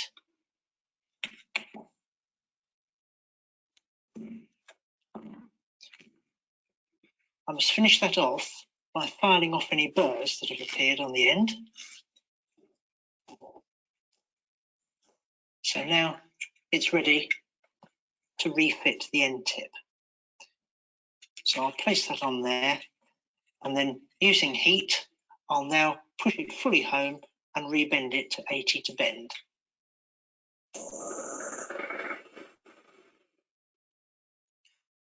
With the end tip refitted and heated up, I can now measure it off to 80mm and bend it in the right place, remembering to angle it in slightly.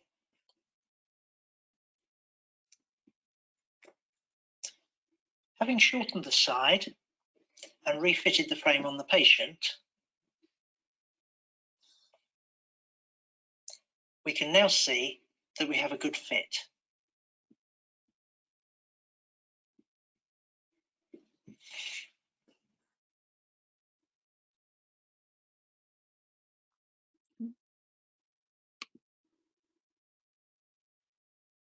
Okay, so that's how to shorten a metal side. Couple of notes from there.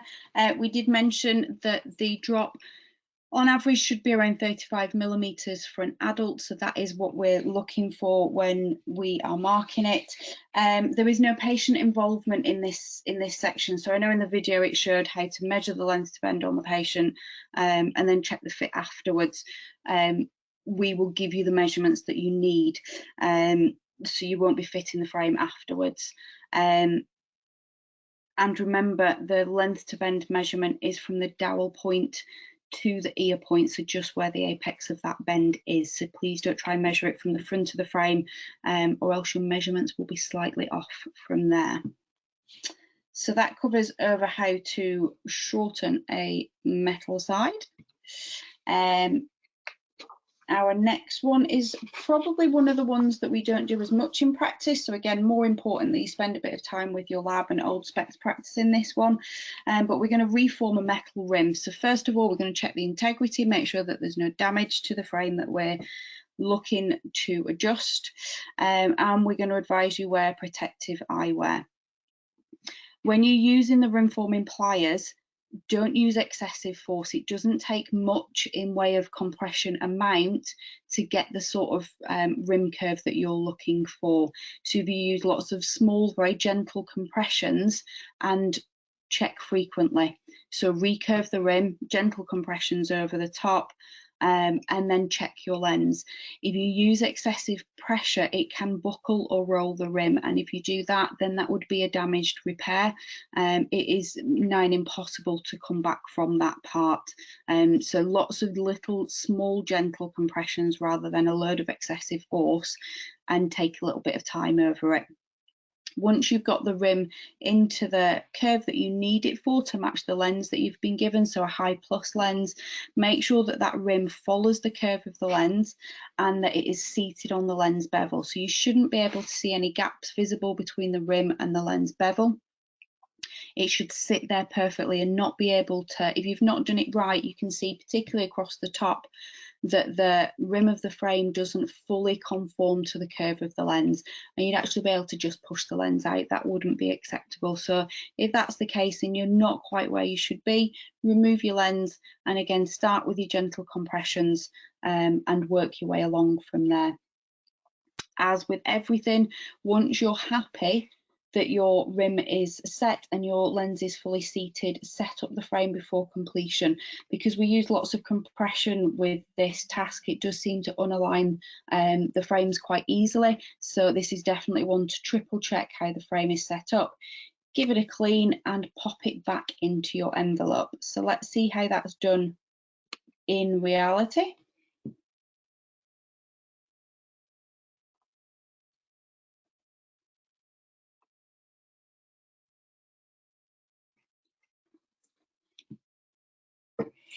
When we're fitting a lens into a frame, we may find that the lens is too steeply curved to fit the rim. I'm going to show you how to reform the rim in order to facilitate the right fit.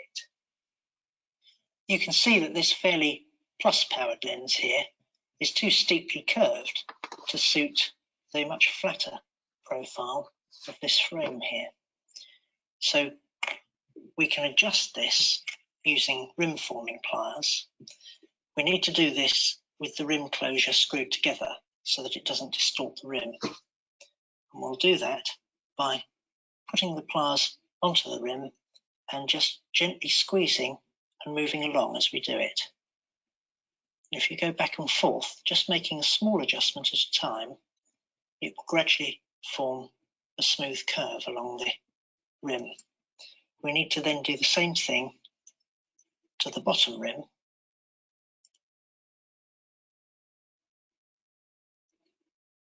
And you'll see now that we have a much more suitable profile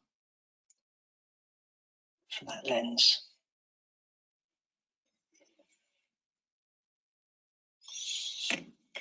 With the lens refitted, you need to now recheck the alignment, because having bowed the rims, you're likely to have narrowed the head width.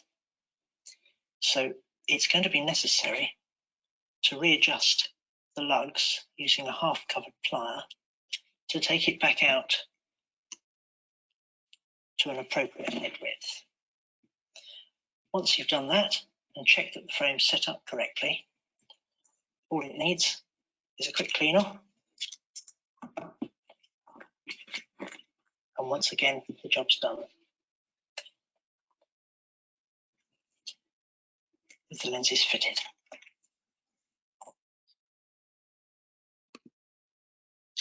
There you go. So hopefully on the day it goes as quickly and as smoothly and efficiently as that one did. In my experience, it can take 1 or 2 attempts to get to that point rather than on the first one. But as always, practice makes perfect. Do bear in mind during watching that video that the closing block joint was closed whilst he did it. Please do not attempt to do this if your closing block joint, your screw isn't in place, because all you'll do is get some very funky angles going on that rim, which you'll have to undo. So make sure that that closing block joint is closed whilst you're reforming the rim. And you notice at the end the head width had definitely, because of the bowing, the head width had been reduced on the frame. So that's the measurement that we were looking for realignment of. So they used a half covered plier for that. You can use whichever plier you wish that's suitable for the job. Just do make sure that they are covered so that you're not making marks and therefore damaging the patient's frame, exactly the same as you would do in practice. So that's how we reform a metal rim. Our next task is to spring lenses into a plastic frame, which sounds like the most simple task in the world to do, but is one that does catch candidates out on the day if it's not something that has been practiced in practice. So the first task that we're going to do is to check the integrity of the frame, make sure that everything is as it should be. Again, we recommend you wear protective eyewear. And we'll run through the steps of what to do with this and then we'll watch the video. But if we can facimiter and mark the lenses right and left. And the reason that we do this is the lenses will be round, so it will be quite difficult to pick out the nasal edge of one, so mark out the right and the left, but also they will be prescription. So if there's any amount of cylindrical power in there, then you need to be able to put those lenses back in to the prescription and axis alignment that you found them in. So marking them up gives you your 3 dots when you've facimitered them, so that you can put them in and right and left the same way around. Once you've facimitered and marked your lenses, if you can notify your examiner to show them that you have removed the lenses completely, and you'll be then permitted to carry on with the task. Be very careful when you're heating the frame to reinsert the lenses that you don't excessively overheat them. You can cause the frame to blister, which would be classed as frame damage, but you can also roll the frame rim. So similarly to what you can do in the metal one, you can roll the frame rim so your lens will never seat back into the frame properly. And again, it's nigh on impossible to correct that once it's done. This is where you need to know a little bit about frame material. So you've done this in your PQEs, but apply your frame material knowledge to heat to the optimum temperature. So if you've got an optil frame, you know its temperature is going to need to be higher than what it is on a cellulose acetate frame. So do apply that knowledge in there. If you do manage to roll the frame rim, as I said before, the result will be that the lens is not going to sit correctly into the frame. Worst case, it will just fall out because it's not got enough grip on the bevel of the lens that's put there. One of the things that we check is that the lens is secure, so if it has been rolled, you can push the lens out quite easily, but we're also going to check that it isn't rotating. So if it's in the right, back in the right side, so the right lens into the right aperture, then the lenses won't rotate. You then want to facimiter your lenses again to ensure that you've put them back in along the correct axis. So yes, you can visually check that with your 3 dots, but if you've made a note of the prescription at the beginning, and they will be just single vision lenses, then you can check that you've got your axis alignment set up correctly. Last 2 steps, as always, is to check the frame setup. Lots of heating's gone on with these plastic frames, so you need to be careful that your frame is set up adequately as you found it, and then clean the repair and pop it back into its envelope. So let's again see how efficiently this can be done.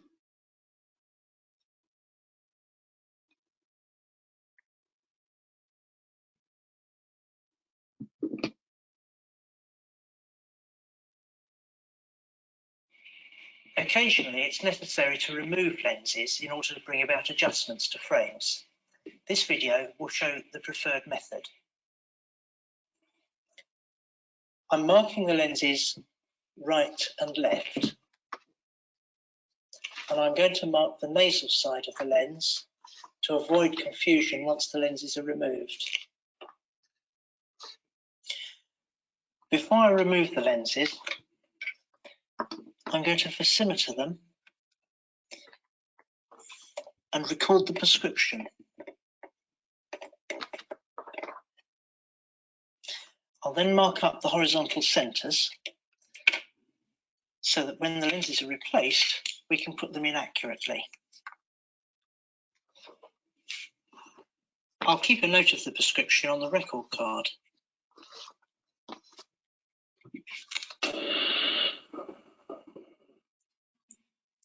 Having heated the frame, I can now safely remove the lens. I've done the work I want to on the frame now, so it's time to put the lens back in. I've warmed the frame to soften it, and now, having put the temporal edge of the lens back in, I'm going to spring it in at the bridge. I'll do the same for the other lens. Having put the lenses back in, I've got to make sure that they're set accurately according to the record card. And if necessary, use the lens alignment pliers to get the sill axis right.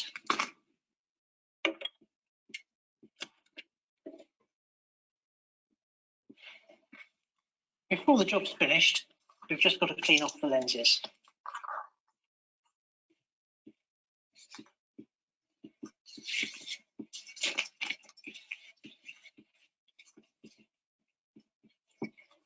And there we are.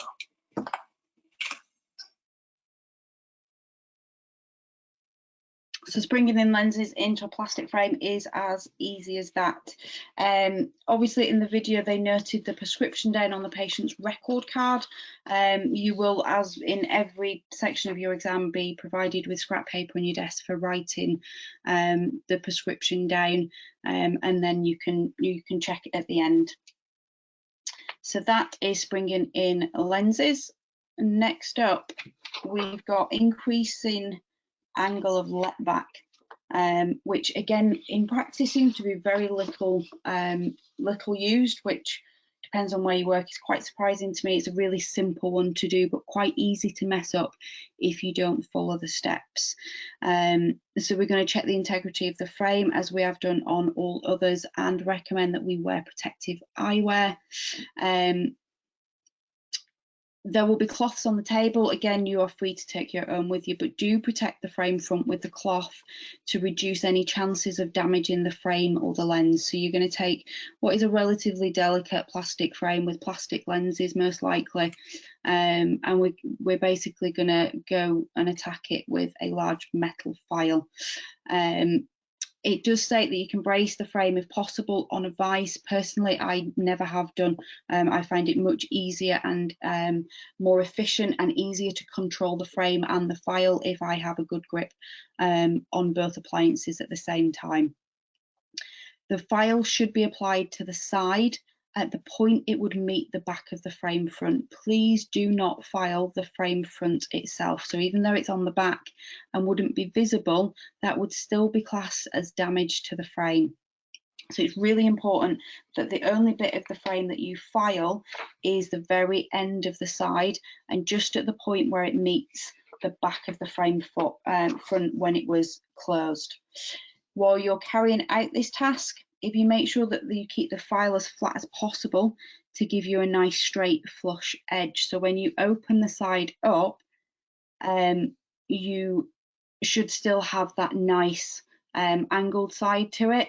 So if you're careful not to rock, and you'll see it on the video, the file as you're going, and ensure that you apply even pressure to stop the top or the bottom or a particular part of the side being filed more than the others, then you'll get that nice sort of finish to it. And again, cannot iterate strongly enough that you should not and cannot file the frame front. That would be frame damage. We see it happen sadly too often where you can't quite get where you want to go with it. So yeah, don't rock the file. Even pressure to stop the one part of the file becoming angled. It's quite obvious. Heavy filing can remove too much of a frame and give it too much angle, and with those little filings, unfortunately, you cannot put them back on. So if you've overfiled and therefore have been given the patient too much of an angle of let back, there isn't anything you can do to correct that. So in practice, you'd be buying the patient a new frame for the purpose of your exams. It would be classed as a damaged frame, the same as it was if you've filed the front. So be really, really careful. Small amounts of filing, go and check your measurement. Small amount of filing, go and check your measurement. And it kind of stops you going too heavy-handed with it as you go along. Keep that angle nice and flat so that it's flush and straight along the edge. And as always, set up the frame before completion and make sure it is cleaned before it goes back in. So what does this look like in real life?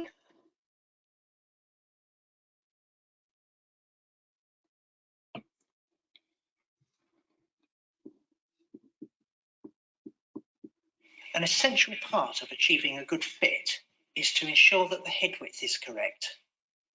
Occasionally, it's necessary to increase the let back of the side. I'll show you how to do this. Now, let's assume that the head width on this frame is narrower than we need it to be. If you look at the angle of let back on that side, it's pretty much 0. So to deal with that, we're going to need to let back this joint by filing it.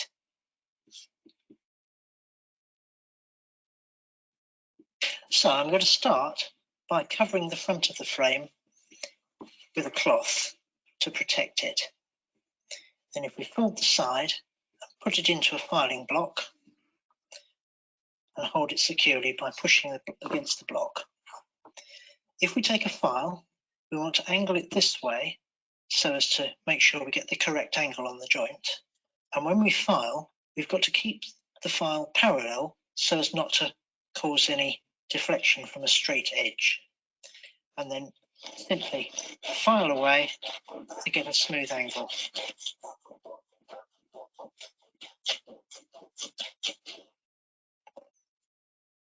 So now, having let back the joint here, we will have produced a more suitable head width for the frame. And you'll see if we now offer it up to the rule that we've managed to achieve approximately a 10-degree let back of side. So that's all ready. So as usual, it's just a matter of cleaning it up and it's ready to fit to the patient.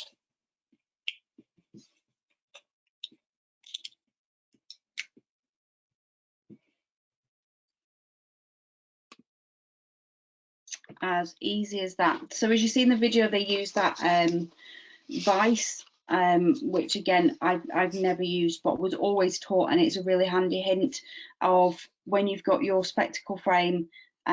Say if I was doing it, I'd have the spectacle frame in my left hand and my file in the right hand, is to make sure that you tuck your elbows into your rib cage, and that stops the whole rocking motion, so it limits the amount of angling that you can put to anything. And then, like I say, file some, check your measurements, file some, and then check your measurements. What I have seen candidates attempt to do in the past and can't be done is to heat the frame at the bridge and burr the frame backwards because they think that we're going to check the head width measurement, because in theory that's the resultant of increasing the angle of let back is to increase the head width. We don't check the head width, we check the angle of let back. So please do not try and attempt this repair or adjustment by bending at the bridge and just going off the head width. It has to go off the angle of let back, which you can see we measured there on an abdo rule, checking throughout, but you can of course use a city rule as well. So that is all our 6 repairs done. There's some really, really quick and easy wins for this section A3. Wearing protective eyewear, which is why I keep saying it, setting up frames and cleaning before you complete a task, is a win-win situation, and you would do it in practice. The videos highlighted different areas, top tips mentioned on how you can get through this section of the examination quite easily. The best way to prepare for it is to practice and practice and practice. So in your workplaces, you will have all of these repairs going on. It's a case of diving in and actually getting involved with them. And doing them rather than passing them over to somebody else. If you've got a patient waiting, it obviously adds a little bit of time demand to it, rather than being able to sit in a room and just, you know, practice on reforming a rim for half an hour. You need to get those times down. So whilst you're in practice, get yourself a box there, dismantle, repair and adjust frames together to gain both confidence and speed. So you'll see in those videos, most of the tasks on average took around 3 minutes for them to be completed. Some of them are a bit quicker, some of them take a little bit longer. So sometimes your rimless and your supras take a little bit longer, but you've got a full 30 minutes for this section. So if each task is taking you 3 to 4 minutes to do, you've got lots of time to make sure that you're not rushing it, that you're checking that there's no damage to the frame, highlighting it to your examiner and dealing with that first. If you miss that step out, and then at the end of your exam say, oh, but by the way, there was already a scratch on the lens, then there's nothing to say that that wasn't done by you, and you can't dispute that because it wasn't brought out. So do please, please, please make sure. It's one thing I've noticed in exams year after year, that we always get a few that report issues with the integrity of a frame after the effect, and there's nothing we can do about it then. So quick reminder, I'm just going to go back to that first or second slide with the list on them. Nearly there. So section A3, you're going to have 3 tasks to complete in that 30 minutes.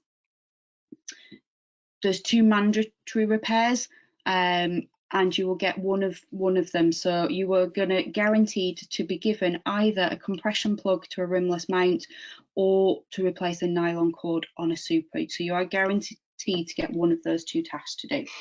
You then have 2 remaining repairs to do. They're going to be selected from shorten a length to bend, reforming the eye rim to a high plus lens, springing in glass lenses to a plastics frame, and increasing the angle of letback by filing. So we have covered them off in record time, which means we've actually got a bit of a gap.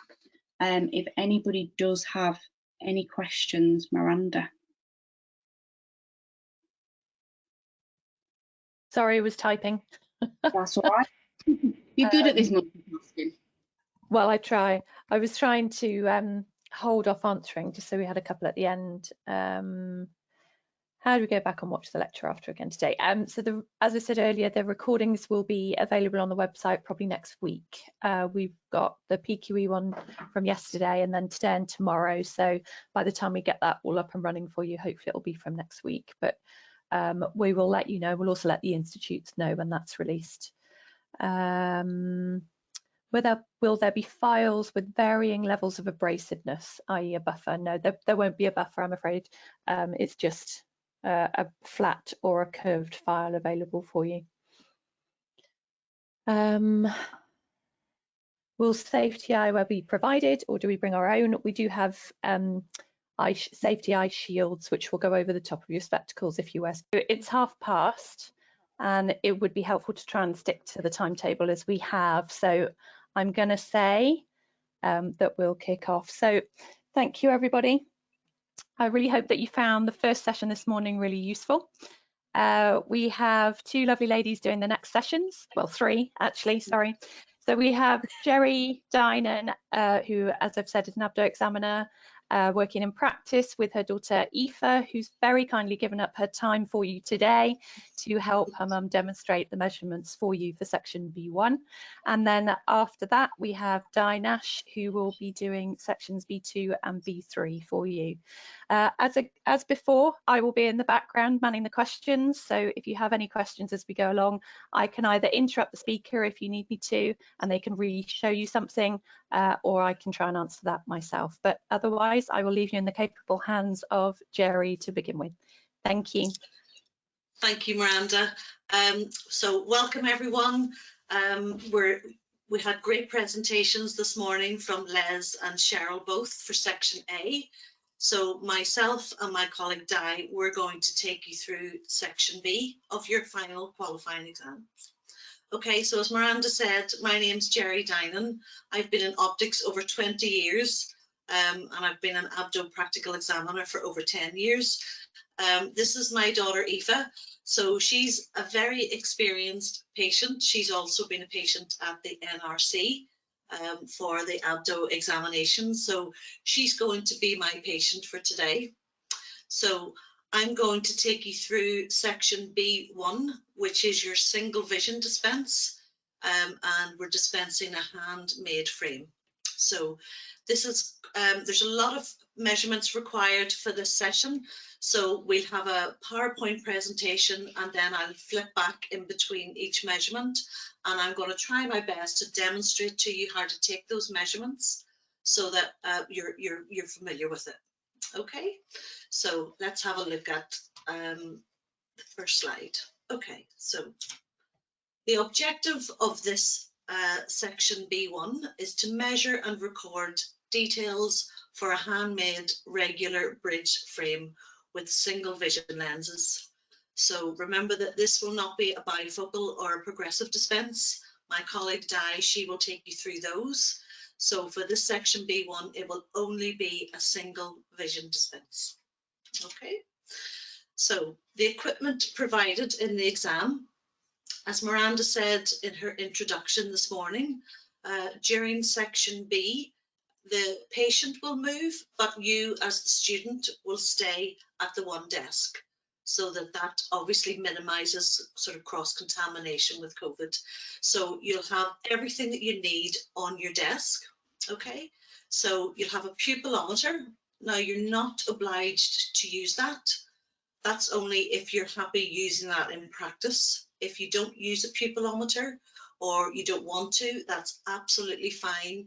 Your frame rule will suffice, and any other tools or frames rules that you want to bring with you. Just bring your own, whatever you're familiar with. Okay, so there's obviously we'll be measuring head width and temple width in this section. So there will be head calipers on the desk. So they will allow you to take both measurements when required. Okay, there's also vertex distance calipers. Now in this section B1, you will not be required to use these vertex distance calipers because the prescription that you will be given will be under ±5. So there's no need to record a back vertex distance measurement. Okay, you'll also have a frame ruler, PD ruler, but again, if you have brought your own, that's absolutely fine. Just bring with you what you're familiar with and what you're happy using. Okay. There's also dye tests available. Again, this will not apply to section B1. This will apply to section B3, which is your PPL dispense. So also that will be available is a set of measured frame fronts. Now this does apply to this section because we're doing a handmade frame. So the scenario is that the patient has found a frame that they absolutely love, but it does not fit them. So we have to take a set of facial measurements from the patient that will allow us to have that frame copied so that when it's been made, it's the perfect fit for our patient. So the set of measured frame fronts will be a good tool. If you're happy to use them, they will be available for you in the exam. Okay. Also, there'll be a lot of frames. There'll be a selection of frames to dispense. Okay, so there'll be a really good choice. If you feel that you can't find one that isn't a good fit for your patient, well, that's the idea of this section. If they like the frame, you will have it copied to their facial measurements. Okay, again, you'll have a fine pointed lens marker pen that would be used more for your bifocal dispense and your PPL dispense. But because you're there at the same desk for all three dispenses, you will have everything that you need. Okay, and then lastly, the candidate prescription form. Now we're going to look at this in more detail, so we'll talk about that in a few moments. So just to remind you that this section lasts 30 minutes in total. So that's only for B1, B2 and B3 are also 30 minutes each. Okay, so that includes the examiner giving you the introduction of what's required. You then have about 20 minutes to do your dispense and do all of your measurements. And then we've got 5 or 10 minutes at the end for questions. And that applies to each section. Okay, so just bear in mind, keep an eye on the time. The examiner will give you time checks throughout and let you know when you've got a few minutes left, so that any measurements that perhaps you haven't already taken, that will be your time to try and complete those. Okay, so we'll move on to the candidate form, the prescription form. So this is the front of the candidate's form. This is what will be presented to you in the exam. Okay, so I've highlighted here in yellow, please, please, please remember to put your candidate number in the box provided and also the patient's name. Okay, we need to know who you are, and we also need to know which patient that you've measured. Okay, so it's imperative that you complete those 2 boxes. If you leave the exam and you think, oh my goodness, I didn't enter the venue or the date, please don't worry about that. That's absolutely fine. As long as we have your candidate number and the patient's name, then we know who you are and who that you've measured. Okay, so the measurements that are required, I've highlighted them here in red. Okay, so the distance centration distance and the near centration distance at 35 millimeters. So these are really important measurements. Okay, some students, when they get the form, they enter their candidate number and the patient's name, and then they suddenly turn over the form because they're in a rush to complete the other side of the form. Please don't miss these measurements out. These are absolutely important measurements. So I've highlighted them in red, and these are the first 2 measurements that we're going to look at. Okay. In the exam, you will have the prescription, as you can see down the side, right and left. This will be filled in already. This will be completed for you. Okay, and also at the bottom there, prescriber's comments. So there will be some comments in that box. So you need to read those prescriber's comments. This will relate to the type of dispense that you're going to do. Okay, so for example, in this section B1, we know that it will be a single vision dispense, but it might be distance spectacles or it might be reading spectacles. So the prescriber's comments will let you know which it's going to be. So it might say first time reading specs. So we know then that we have to use the reading prescription. Okay, so we're going to look at the first 2 measurements, distance centration distance and near centration distance at 35 centimeters. So what I'm going to do is the next slide will give you the definition and how we measure it. Then there'll be a picture of what we do, and then I'm going to turn this screen off and come back to the full screen camera, and I'm going to demonstrate this with Aoife. Okay, so the first measurement is the distance centration distance. So this is the distance from the outer edge of the right pupil to the inner edge of the left pupil. So, and as we know, in the exam, we measure monocular pupillary distance. This is the same measurement, only it's recorded monocularly. Okay, so this is how we measure it. So we measure the distance from the center of the right pupil to the center of the bridge, and vice versa for the left. Okay, it's also taken with the frame not on the patient's face. So we measure from the right pupil center to the bridge and from the left pupil center to the bridge and vice versa. So I'm going to demonstrate this with Aoife. I'm just going to stop sharing the screen. Okay.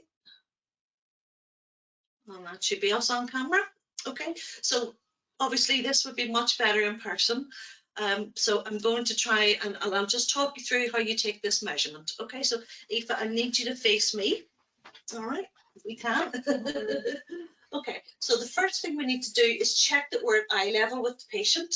Okay, so if the patient is higher up than we are or lower down, this can affect the measurement. So we make sure that we're at the same eye level. Okay, I'm going to pop the rule on the patient's bridge. Okay, and Aoife, if you could just look into my open eye. So I've got my left eye open and I've closed my right eye. And then if you can do the same on the left. So the left eye, the right eye is now open and the left eye is closed. So I always double check. I take the same measurement here and again, Aoife. Thank you. Okay, so that's the distance, centration, distance. So let me just share our screen again. Okay, so we can see again where the arrows are pointing. That's the center of the pupil, and we're measuring from the center of the bridge to the center of the pupil. Okay, so the next measurement is the near centration distance. Now, I would just highlight at this point that if in the prescriber's comments, the patient is having reading spectacles for the first time, so this is the centration that you would use. Okay, some students, when they're filling in the order form on the other side of the patient prescription form, they use the wrong centration distance. So please just bear in mind, if you're dispensing reading spectacles, this is the centration distance that you would use.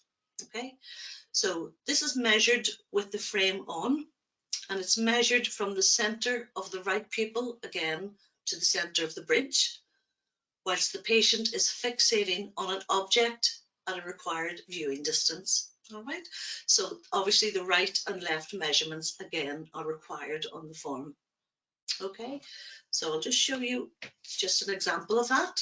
Okay, so again, the patient is fixating on an object 35 centimeters away, and we're measuring from the center of the pupil to the center of the bridge.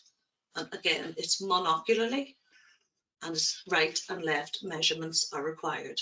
Okay, so the reason why we take this measurement with the frame on is, if you think about it logically, if we're dispensing reading spectacles, the patient will be wearing their reading spectacles when they're using them, so we need the centration distance to be accurate. Okay, so again, I'm going to stop sharing the screen and we're going to have I'm going to show you how to measure this near centration distance. Okay, so again we make sure that we're at eye level. Okay, and Aoife, if you could just look at the pen. Okay, I'm just going to pop the frame on. Oops. Okay, was that comfortable?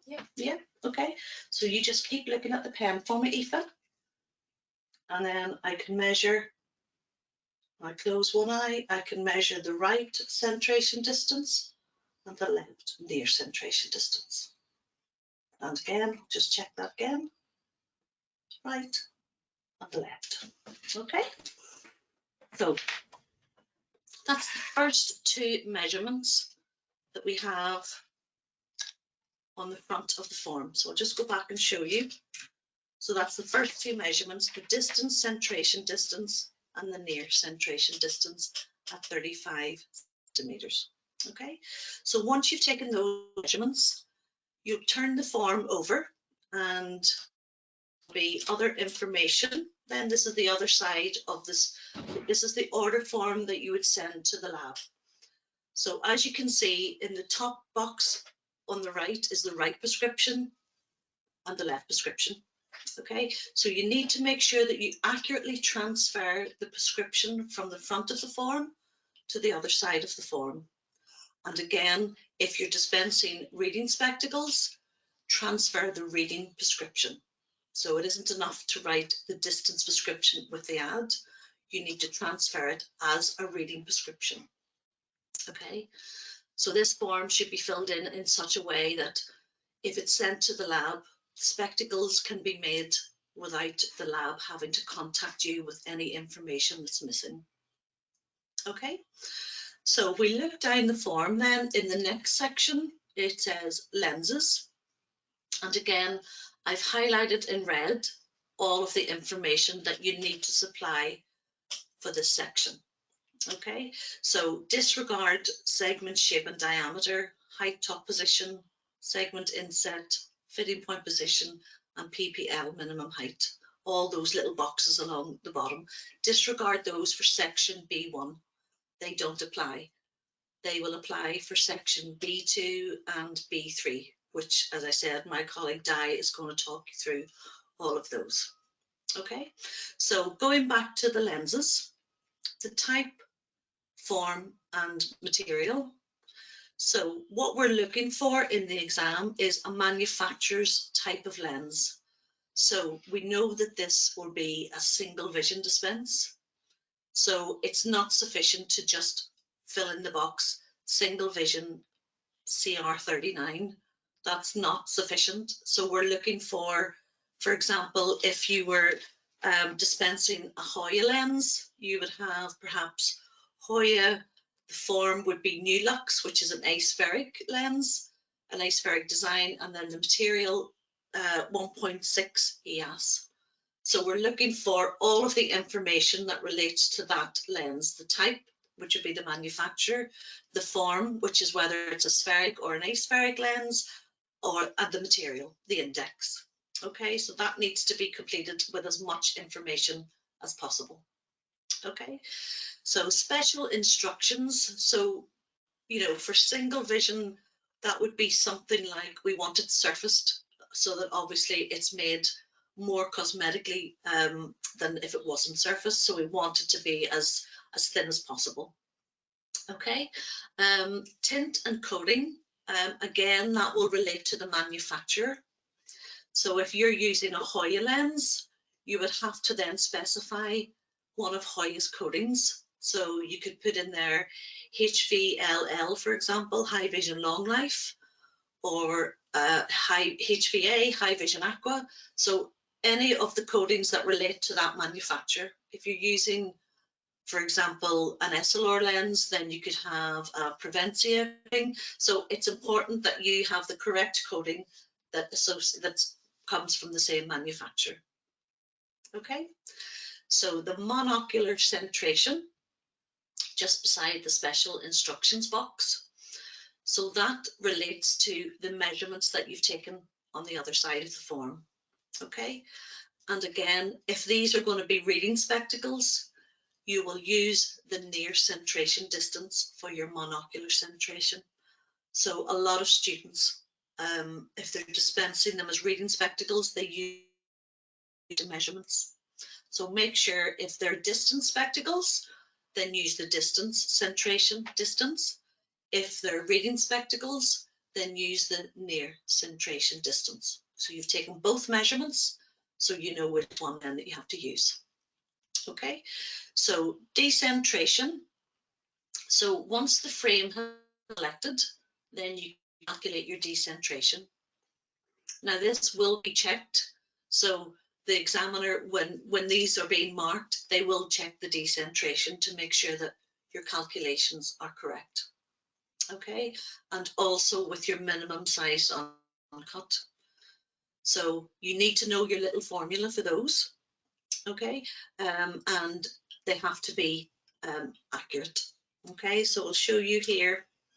So again, lens details. So the form, the material, the tint and the coating. If you're not dispensing a tint, that's absolutely fine. You don't need to include that. But if you are, you need to make sure that, again, you specify the tint and the light transmission factor.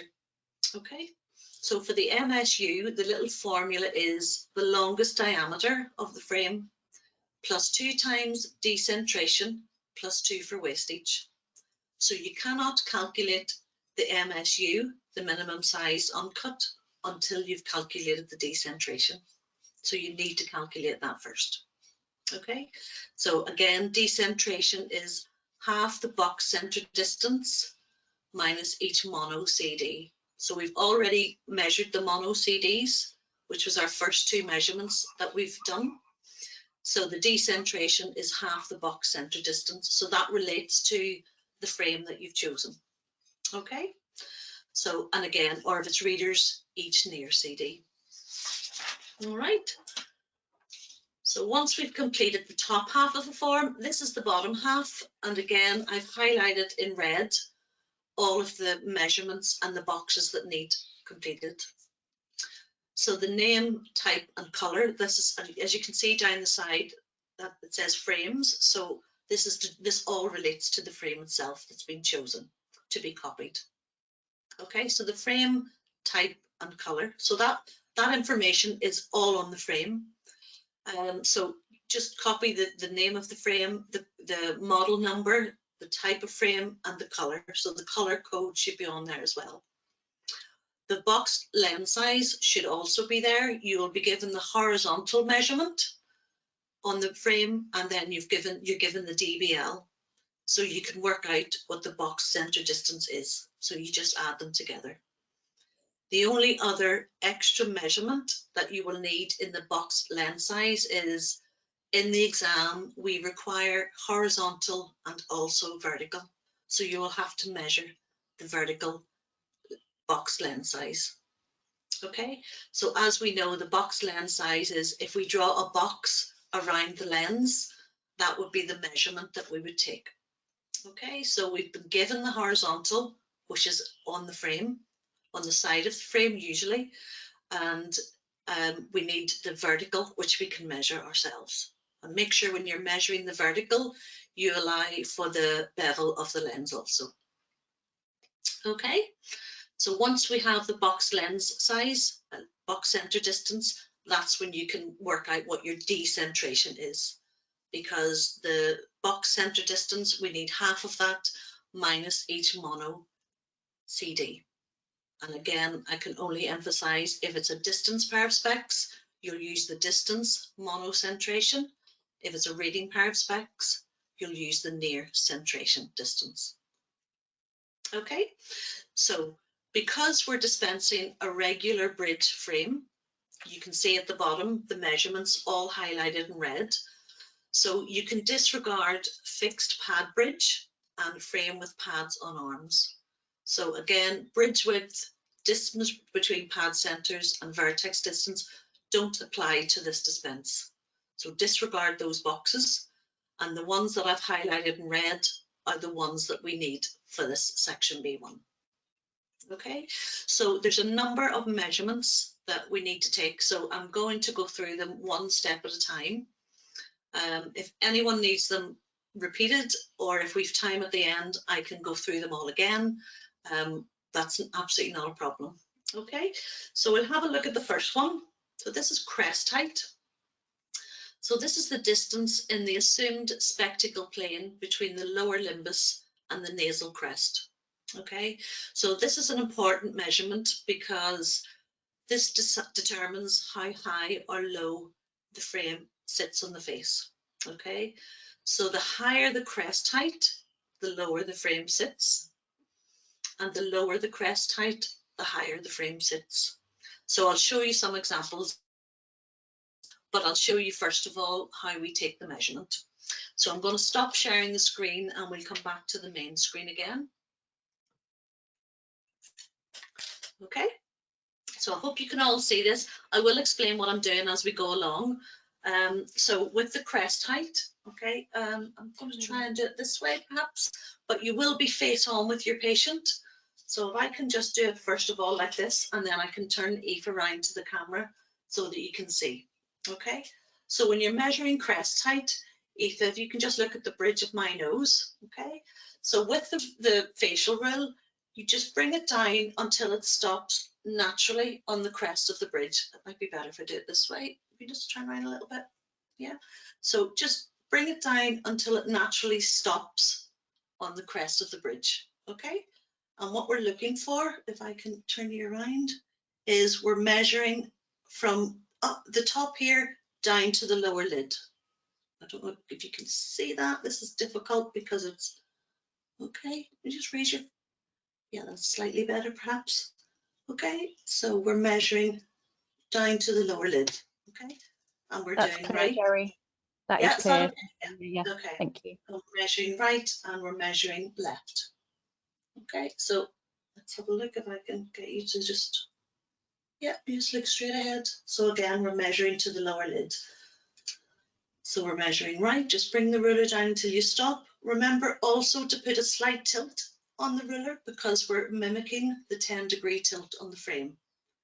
So we're measuring to the lower lid on the right and also on the left.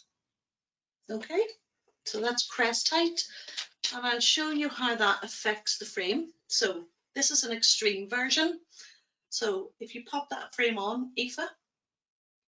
So this frame, if you can just look into the camera, this frame has a very high crest, as you can see. So the frame is sitting very, very low. And obviously Aoife's eyes are not central in the lens. They're very, very high up in the lens. So that is not an ideal dispense. If you think of this, if this was a plus 450, you know, and the optical center of the lens was here and here, there'd be a lot of sort of vertical prism being induced because the lens are looking very high in the frame. Okay, so this is a frame with a high crest. And if I show you one that has a low crest, can you put those on? So as you can see, the crest of the frame here is much lower and the frames are sitting higher on the face. So that's a much better choice of frame than the previous one. Okay, so the next measurement is bridge projection. So I'm going to share my screen again.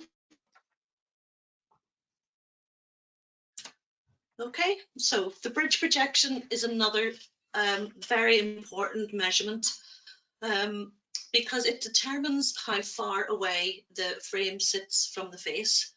So as you can see, it's the horizontal distance between the assumed spectacle plane and eyelashes in their most protruding position.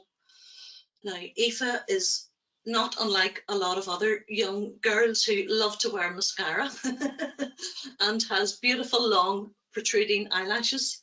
So, you know, this can be a challenge for us as DOs when we're dispensing frames which obviously are going to, the eyelashes are going to touch the back of surface of the lens. So that can be certainly an issue.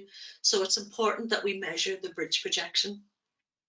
So the bridge projection measurement can either be positive or negative. Okay, so the best way to tell this is to have a look at your patient's profile.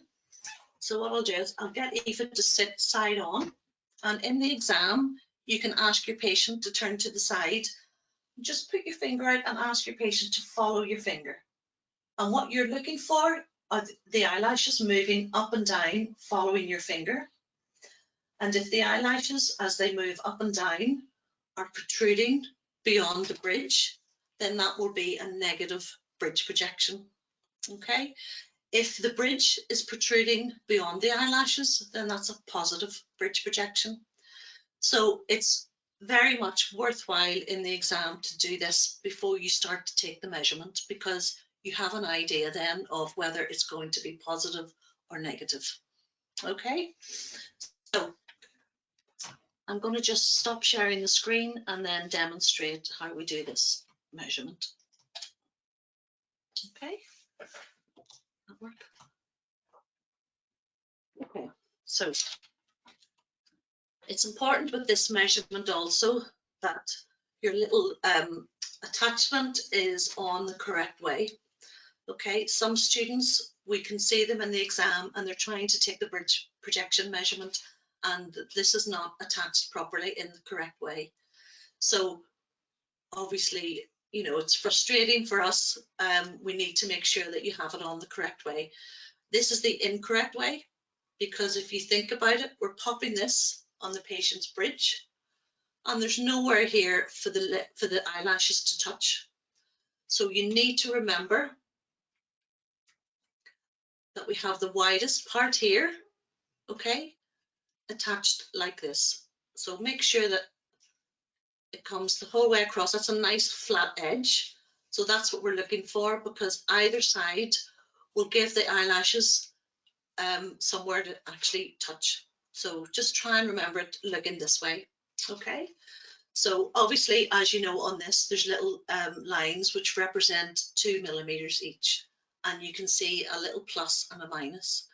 So I've had a look at Aoife's profile, and what I can see is that she's got very long eyelashes, so I'm expecting a negative bridge projection. Okay, so for this measurement, the best thing to do is to stand, okay, and just stand over your patient. So, okay, we'll try it this way, and then I'll see if we could do it at the front. Okay, so the first thing to do is pop this on the crest of a bridge and have a slight angle. As you can see, this mimics the 10-degree tilt of the frame. Okay, so I'm going to ask Aoife to blink. So just ask your patient in the exam, nice big blinks up and down, and then for them to tell you when they feel the touch. Just there, yeah. Okay, so that's perfect. So that's -2. So that's exactly what I was expecting. I was expecting Aoife to have a minus bridge projection. So all frames in practice, they tend to be made with a positive bridge projection. So as you can see, the bridge on the front of the frame protrudes. A negative bridge projection frame will have it all built up on the back, which then allows the frame to sit further off the face so that the eyelashes are not touching the back surface of the lens. So when we're having this frame copied, we can order a negative bridge projection so that the patient will not suffer their eyelashes touching the back of the lens.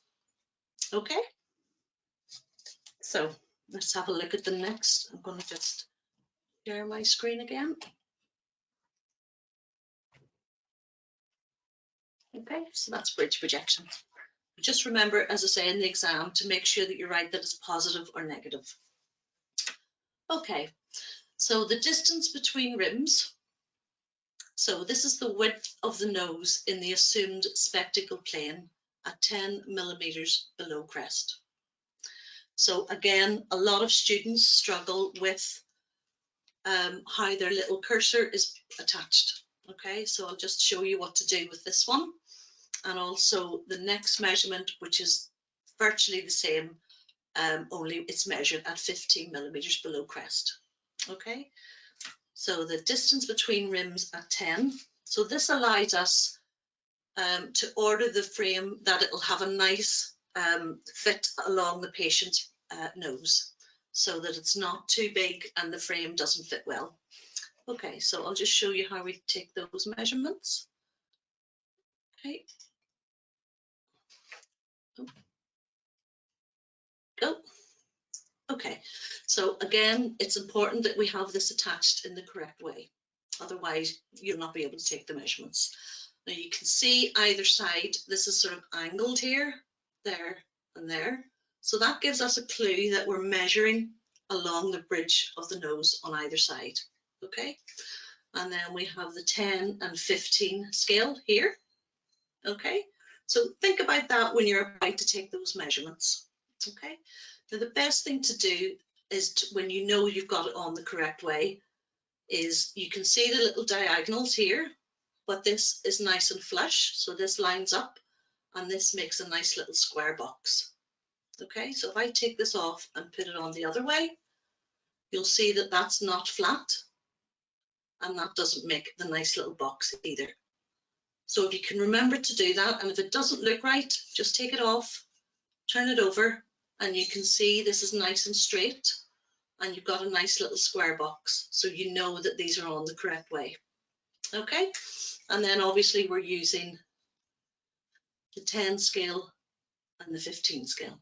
All right, so what we're looking for with this measurement is we need a nice 3-point touch on either side of the bridge at 10 and also at the top at the crest. So I'm going to pop this on. If you could close your eyes, yeah, because her eyelashes are quite long, as I said. So if your patient is the same, just ask them to close their eyes. You don't need them to have their eyes open for this measurement. And then just slide it along until, so I'm going to ask you to turn, right, so just slide it along until you've got it touching just here, here, and here, without it being too tight. And as you can see, this little angled part here angles down the side of the nose. Okay, so that's DBR 10. And remember to have a slight tilt again on the frame to match the 10-degree tilt. Okay, so again, 3-point touch, just comfortable, just touching, but not too tight. Okay, so that's DBR 10.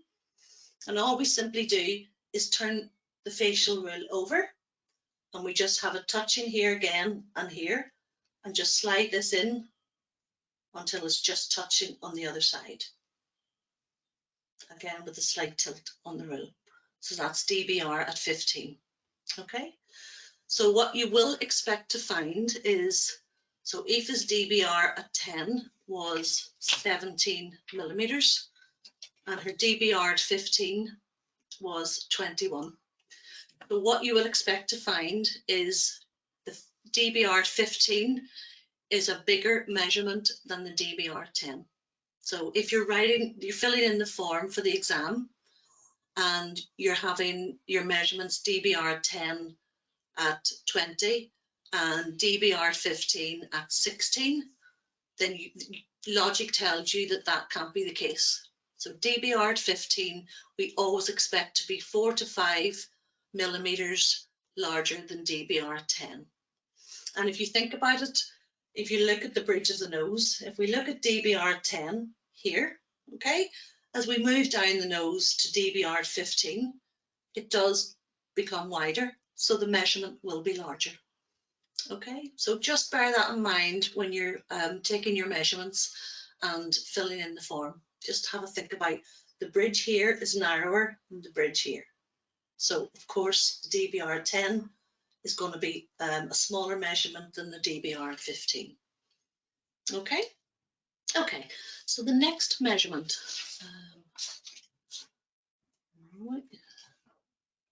Okay, so DBR 10 and DBR 15. Okay, so the apical radius. So this is important because if we have this measurement inaccurate, if it's too loose, the frame will rock and will always, well, it will not be a good fit on the patient. Okay, so this is the arc of the nasal crest in the assumed spectacle plane. Oops. So bear with me a second. So yes. Bear with me a second. Oops, go back a few. Okay, can you still see us? Can you still see us? Yeah. Hi Jerry, I've got your screen. Okay, Yeah. still see us? Yeah, I've got your screen and I can see you. We just can't Yeah. see your presentation. There we are. There we go. Got it. Yep. Just do this actually. Bear with me a second. Where's the? I need to change this. This, yeah. Yeah. Hello. Yeah. Hi Jerry, we've got you loud and clear. There we are. Yeah, good. Sorry, we've had to just change over. So we're still, you can still see us? Yeah, Yeah, we can see perfect. you and the slides. Perfect. Okay. All right. So we're doing. We were just about to measure apical radius. So the first thing to do is, let me just stop sharing the screen. Yeah. Yeah. So you should have us. Okay. So with apical radius, we always start large. Okay. So it's always worthwhile starting with the largest and just working your way down until you get one that you think is going to be an appropriate fit. Okay, so that looks pretty good. Let's try the next one. Okay, so that's not too bad either. So if in the exam you can't decide, the best thing to do is ask your patient which is more comfortable. Okay, so Aoife, is this one comfortable or is this one comfortable? The other one. This one, the first one? Yeah, okay. So then we go with that one. Okay, so that's the apical radius. That's quite an easy one to do. So we move on to the next one. Okay. Okay. And the next one is the length to bend. So obviously we've chosen the frame to be copied.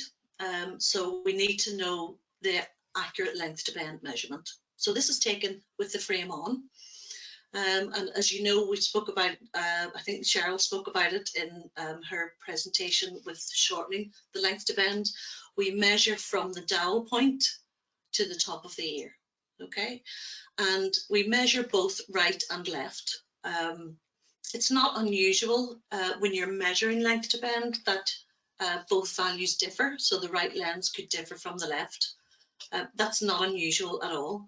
So if you get different measurements, that's absolutely fine. Just make sure that you're happy with that and just check that when you're measuring it. Okay, so we just measure the length to bend. Let me just stop sharing this again. Okay, so if you pop that on. So again, if I can just get you to turn to the side. Okay, so we're measuring from the dowel point, which is where the screw is, to the top of the ear where the bend would be. Okay, so just going to hold that like that and measure up to the top of the ear, and you do right and left. Okay, so you can fill that in on the form. That would be your length to bend. Okay, so the total length of side at the bottom of this slide, as you can see, the total length of side. So what we just need to, we don't need to measure that. All we need to do is, with the measurement that you got for length to bend, you would add 35 millimeters. So that allows for the drop. Okay, so whatever your measurement is for length to bend, just simply include an extra 35 millimeters, and that gives you an appropriate length of drop for the total lengths of side. Okay, so the next one is the angle of side. Okay, so this is the distance from the assumed spectacle plane to the ear point. Okay, the measurement is taken from a position, so it's representing the plane of the spectacle front. Okay, and the position that we would use is just a point which is clearing the eyelashes. Okay, and we're measuring that to the ear point. So as you can see in the photograph, we're measuring it from just beyond the eyelashes, just clearing the eyelashes to the top of the ear. So I'm going to demonstrate that also. Okay, so let's have a look. So nice. Okay, oh yeah. Okay. Okay, so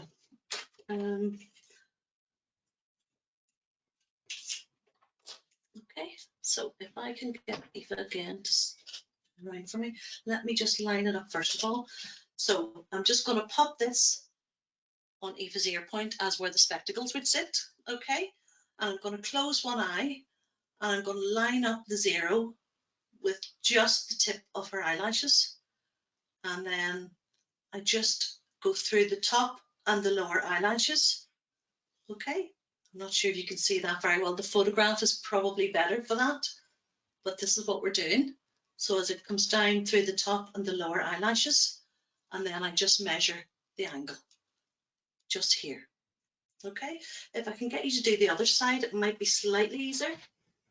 Okay, Jerry, so then that, yes. Could you just hold the ruler up to the screen and show them which side of the cursor you read off on the scale? Yes, so where are we? So we read off this side just here. Okay, the side closest to the 0. Thank you. Can you see that? Yeah, is that okay? Okay, so again, we'll try it on the right side. So we pop this on as the specs would sit. I close one eye and I line up with the top and the lower eyelashes. And if you could just turn, let me just tilt that up slightly. Okay, just there. So as you can see, look straight ahead for me, Eva. That's perfect. You can see that. And then we read off just here, and that's 10 degrees. Is it the cutout side of the Yes. cursor? Yeah. Yeah. Thank you.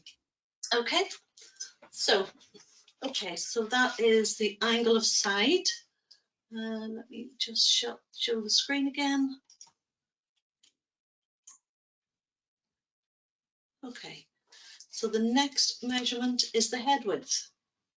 Okay, so this is an important measurement also, because when we're adjusting spectacles, if the head width isn't accurate, the specs, if it's too tight, for example, the specs will press in against the head. It'll be uncomfortable for the patient and it can force the specs forward if it's too tight. Okay, if the head width is too loose, then the specs will be very loose and just slide off. All right, so this is an important measurement, especially with this section when we're when we're making a handmade frame. Okay, so this is the horizontal distance between the ear points of the head. Okay, so in the photograph you can see I'm measuring the head width, but not with head calipers. In the exam, you will have head calipers. Okay, so if you're used to using those, that's absolutely fine. I didn't have a set to hand, so I had to just improvise a little bit. Okay, so it gives you the exact same measurement and as well as the head calipers, and it's good to be able to use both. Okay, so that if you're perhaps locuming in a practice as a DO and they don't have head calipers, at least you can improvise. Okay, so I'll show you how to measure this head width. Okay, so again, it's the horizontal measurement from ear point to ear point. So I just pop this one at the side of Aoife's ear point just here. We can just turn you around, Aoife. Oh, sorry. I'll just, yeah. Let me just stop. There we go. Okay, so if I can just get you to turn around. So what I'm doing is I'm placing this on the 0. Okay, so we need to make sure that this is perfectly vertical. And I just position that at the ear point. Can you sit down a little bit? Oh, yeah. Yeah. And then I pop the ruler on Aoife's other ear point and take the head width measurement. And I'm measuring along this scale. Okay. And as I say, in the exam, you will have head calipers. So if you're more confident using those, that's absolutely fine. So this measurement is measuring 140. So don't forget that's in millimeters. Okay. So in the exam, on your exam form, you can write 140 millimeters, but you must remember to say whether it's compensated or uncompensated. Okay. To compensate the head width, we minus 10 millimeters for a more sort of snug, secure fit just at the head width. If you don't compensate the head width, that's absolutely fine, but we need to know that you haven't compensated the head width. So whichever measurement that you take for the 140 millimeters, you can either specify it as 140 uncompensated or 130 millimeters compensated. Okay, so if you don't write compensated or uncompensated, your measurement might be okay, but you could be outside of tolerance because we don't know if you've compensated it or not. Okay, so it's important to get that correct also. Okay, so let me just share the screen again. Oh yeah. Yeah. Okay, and okay, so the next one is temple width. So this is measured from either side of the temples. Okay, and it's in relation to the spectacle frame front, and it's taken approximately 25 millimeters from the back plane of the spectacle front. Okay, so again, if you think about the temple width, if a frame is too tight on the temples, well, it's going to become very uncomfortable for the patient. And with this section, we're having the frame copied, so we need to make sure that the head width and the temple width are comfortable for the patient. Okay, so the temple width is measured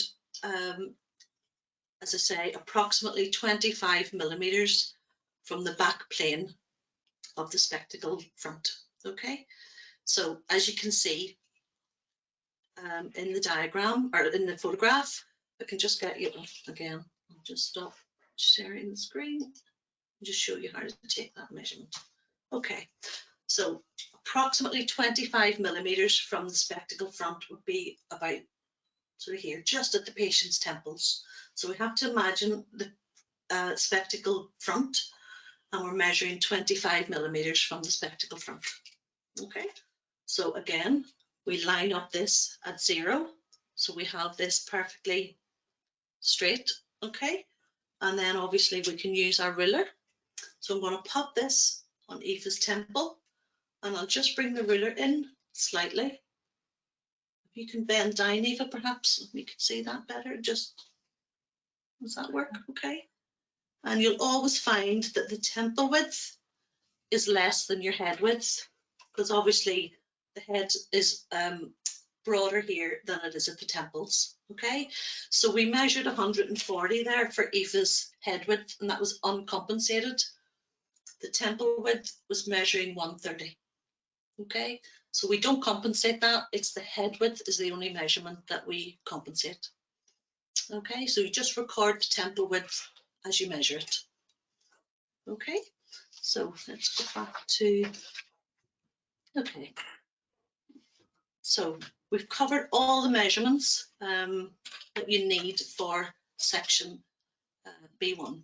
Okay, so just a few tips to finish off. Remember to include all the frame details. So you're copying this existing frame. So just remember to include all the information that's printed on the actual frame itself, but it's being copied to the patient's facial measurements. Okay. Again, remember to change the eye size and the related measurements if required. Okay, there are some measurements, not all of them, but some measurements like crest height, which need a right and a left measurement. Okay, if you're measuring the crest height and one measures 5 and the other measures 7, that's not unusual, because we can get a little bit of asymmetry in certain patients' facial features. So one crest height might be slightly higher than the other. So if you do get a difference, just average it out. So if you get 5 for the right and 7 for the left, just average it at 6. Okay, so that then will give you a good chance that you're going to be within tolerance for both. Okay, so let me just have a look. Yeah. Okay, so when practicing for this section, try to complete all your measurements in around 20 minutes. Okay, as I said at the beginning of this lecture, you get 30 minutes in total, but that includes the examiner's introduction, their instructions on what you need to do in this section, and about 20 minutes to select a frame, discuss things with the patient and take all the facial measurements, and then you also have questions at the end. So just bear in mind, you don't have a full 30 minutes for this section, as in for measurements. The 30 minutes includes everything.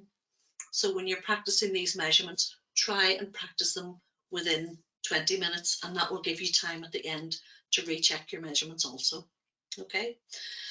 Ask lots of family members if you can measure them.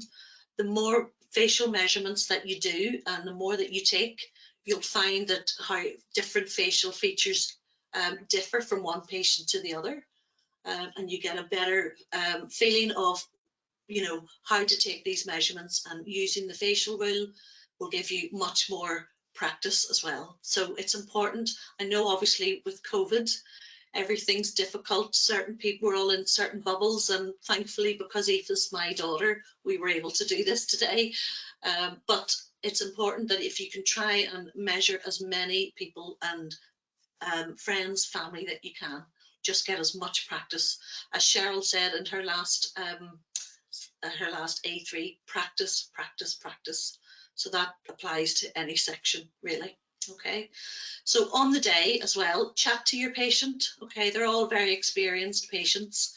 They're there, they will keep you calm. They, you know, you would chat to your patient in practice.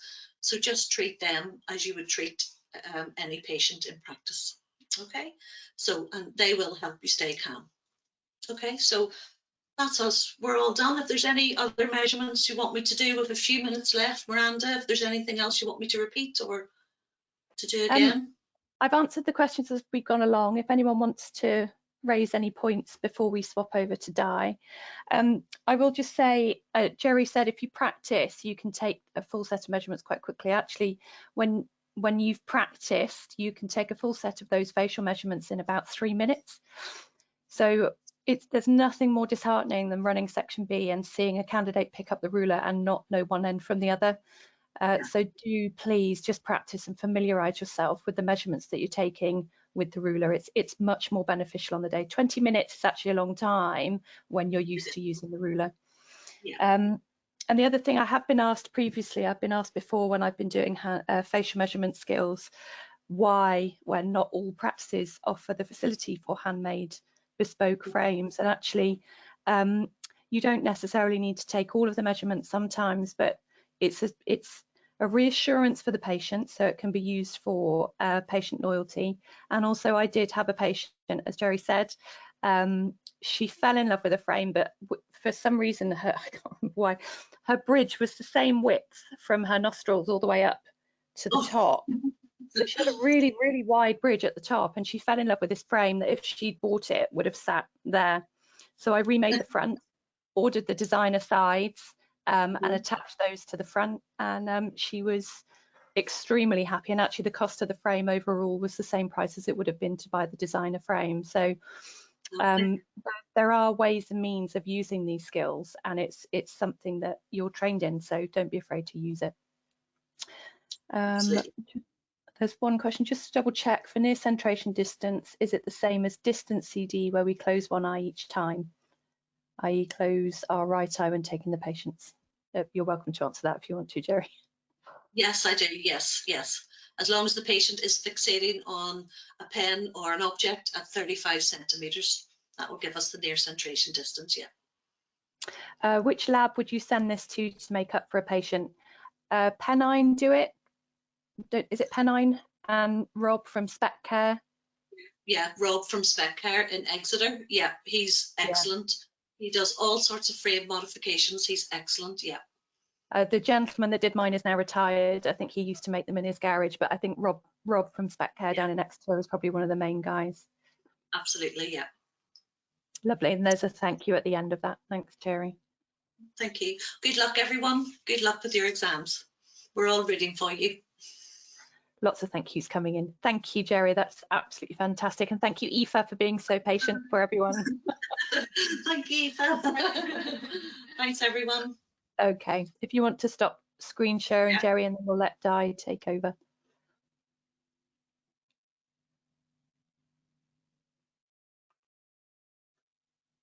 you happy, Di? Yep, I've just got that sorted. I will just show my screen. If I can. Perfect. Thank you. So I will leave you all in the very capable hands of Diane Nash, we call her Di, and she will talk you through sections B2 and B3. And as previously, I will be in the background answering your questions for you. So let me know if you want Di to stop at any point and show you any measurements. Thank you. Lovely, thank you, Miranda.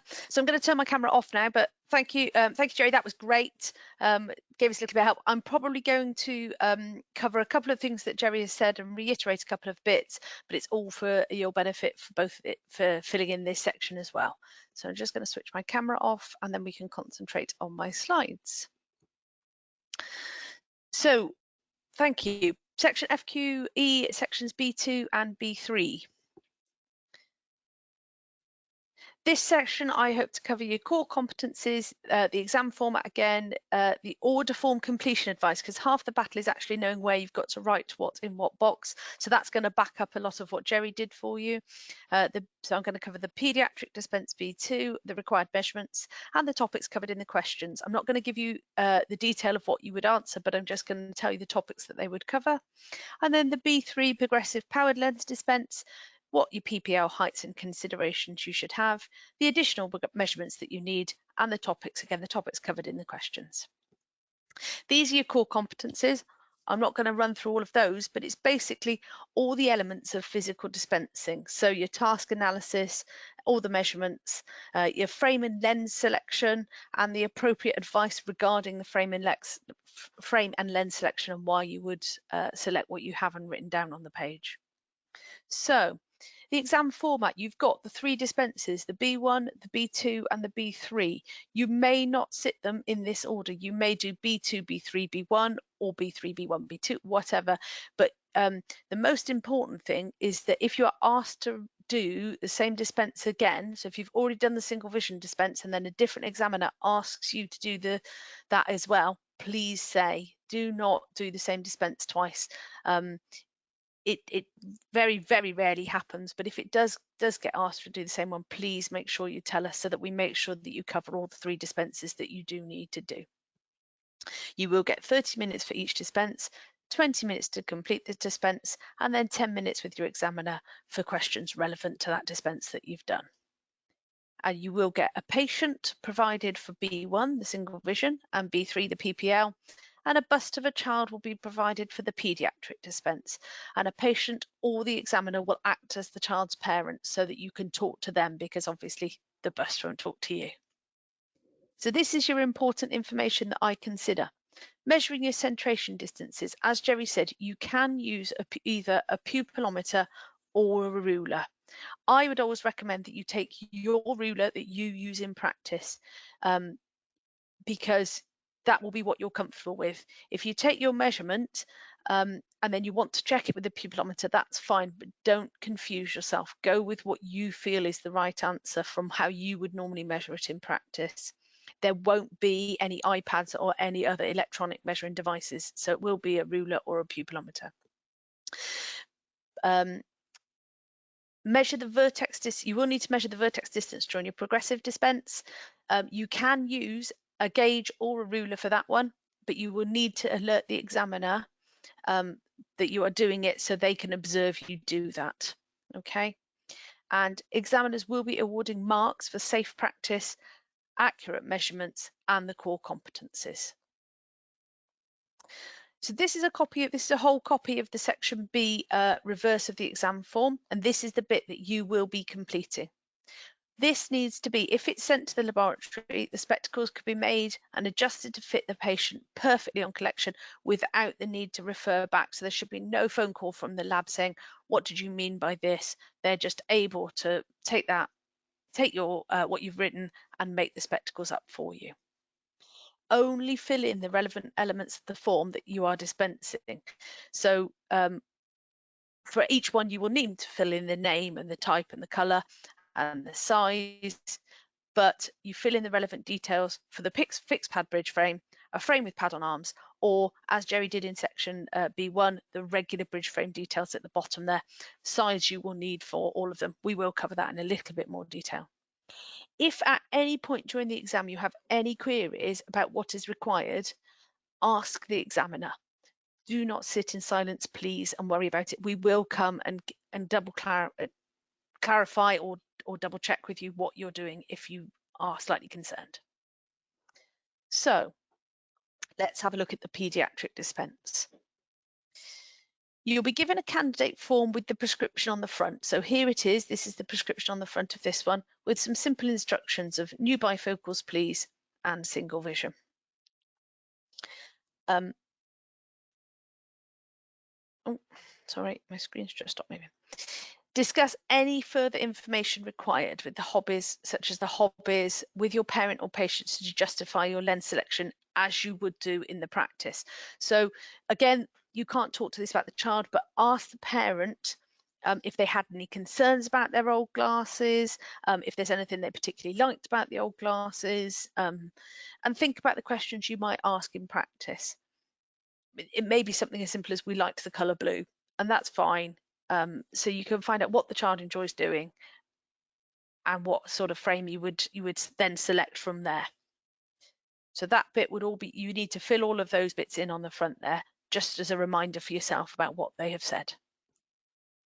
You've got 20 minutes to complete the dispense and fill in the reverse of this before the examiner will return to question you. So this is the top of the other side. Always remember, please, to put your candidate number in, your patient's name. You can ask your patient their name, and then also the venue and the date. And then the first thing I would always do is fill in your distance centration distance and your near centration distance on the front page. So if you fill that bit in and then you've got that done, and then you can transfer to the other side, but you must fill in those sections on the front of the page. Now we're going to look at the frame details for section B2. Unfortunately, I've rather crudely done it, but I've taken out the bits that we don't need for this particular one. And you would first of all select the frame and fit it to the given head. So you could have a varying age of children. And with this one, it's really important to know that we no longer ask you just to fit a fixed pad bridge frame. We ask you to fit a frame that is suitable for that child. So if you can find, there's a selection of frames available in the room. If you find a frame that fits the child that you feel fits the child, then that is the frame that you will use. It could be a pad on arms, or it can be a fixed pad bridge frame, such as in this, or a regular bridge frame if there is one available.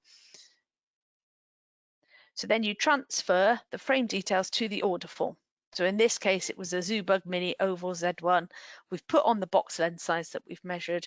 We've put on the distance between lenses, and then we've written the box center distance from the measurements that we've got either on the frame or as you've measured them. Next, we would measure and record the relevant bridge measurement for your chosen frame. I have got some images of this on the next slide. So for a fixed pad bridge frame, you would write down the bridge width, and for a frame with pad on arms, you would write the distance between the pad centers, not both. So obviously you would only write the one that is relevant to the frame that you have. So here is the bridge width. As you can see from my slide here, the bridge width line is on the abdo ruler, or could be on any ruler that is 5 millimeters below the horizontal center line, but it is written on an abdo ruler. And as you can see with this particular frame, it's about 14. So in the orange, between the orange arrows there, you can see where the green line is the horizontal center line, and the orange indicates along the bridge width line that particular frame on that ruler there measures at about 14 millimeters for the bridge width. So that is the value you would put on your page. This image here shows us measuring the distance between the pad centers. I always prefer to use my mono rule for this one because it's got that little notch on the end and you've got the very clear zero. That's what I would use. But any ruler that's got the zero at the very end, I wouldn't use my main Sorello, my old Sorello has got the edge chipped off because I've had it for so long. So I don't use that ruler anymore. I use a monovision ruler, a mono PD ruler, because I've got the ability to get it right into the pad center there and to measure along. And on this image, you can see that we've got somewhere, it's difficult to see with the center, but it's about 17 millimeters for the distance between those pad centers for this particular Ray-Ban frame there. So again, we would write those on the form. Then we would record the relevant details for the sides. And for this one, it's really important to measure, say, whether it's length to bend or length to tangent. So in the type, I've written hockey end with cord, but that could also be curl side or skull grip with loop end. So you've got the loop end that would perhaps fit the strap that goes around the back of the child's head. Then we've got the length to bend, and I've written that as 77 with the length to bend sign. And you can put the millimeters after that if you want to, or I've written 93 to tangent. Obviously, in this case, I've just written both to show you how to write it. And then I have included the total length of side. Angle of side, Jerry has measured with you today, so you can write that in there. And then I've also written the head width and the temple width in there. I have got a head caliper here, so I will show you that at the end of today if you would like me to. So always record the right and left measurements where applicable, even if they're the same. So we can't assume they're the same. Most people have got, I personally have got a very different length to bend on the two sides of my head. So most people are not the same. So you do need to record both. Here we've got the length to tangent to show you there. So you've got the ruler that runs up behind the ear up to the vertical, and then the ruler that runs along the side of the frame there, and we measure to the dowel point of that frame of the joint, and that would be the length to tangent as you measure it on the patient with the frame in situ. And then I've also included an image there of how that relates to the actual frame. So you've got the length from the dowel point, as you can see from the red lines, the dowel point on the left hand side to the point at the outermost curve, but on the inner side of the curl side there, that is the tangent that you would fit that to. So that is the length of you want that frame. So that's your length to tangent of that frame. And on this one, we can see it's about 93. So now we need to consider the lenses. So as we know, this is a bifocal dispense. So first of all, we would transfer the prescription to be ordered from the reverse side of the form. So from the front of the form, put it onto the back. And it is essential that you copy that correctly. Always double check that you've popped the right prescription over. Now we have to need to consider the patient's requirements and the chosen frame, and note the appropriate details. So here I've just given them a CR39 bifocal with a hard UV coating for that child because they're going to spend some time outdoors. And for this one, I've gone for a D35. Now, as you'll see on the right there, I've drawn on the lens how a D28, a D35 and a D45 would look on this particular frame for this child. And you can see how you get the maximum area across the side with the slightly larger D segments. And you can always draw this sort of thing for the patient if they felt that the customer needed to, or the parents needed to know what the bifocal was like to look like. But it also gives you a good indication of actually how a D35 will cover a lot of the bottom half of that frame. And we can get a nice wide near vision width without the need to use an executive bifocal, which would be a lot thicker and a lot chunkier.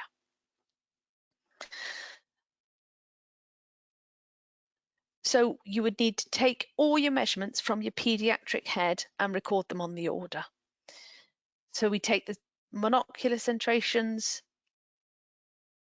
and the bifocal heights. And again, you need to calculate the decentrations as you've seen here. I have blocked out the measurements that we don't need on the form there, as you can see by the red squiggly line and the two blocked out circles.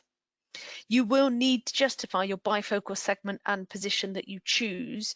So if that relates to how the patient will, how much the near vision the patient does, and also how much you want them to look through that bifocal segment, and perhaps that might relate to age. And you need to discuss the relevance of the near centration distance for a real pediatric patient, because obviously with this particular pediatric patient, they won't converge for near centration because their eyes don't move. Okay. So here we've got an image of how I would perhaps put the bifocal height for the child, and I would mark it just below, center pupil there, just below center pupil, as you can see in this image. But you need to justify where you would put that, depending on the questions and the information you've been presented at the start of the dispense. I've included this diagram here, and this shows how you can measure it in relation to the horizontal center line or the lowest tangent. So on the left, you've got to the lowest tangent of the frame, and we can see that it is 13 from the lowest tangent up to that mark on the frame there. On the right-hand side, you can see from the green line, which is the horizontal center line, where the yellow line is, that's where the mark is, and therefore it is 3 below the horizontal center line. You can see how I've shown the horizontal centre line with the red markings there.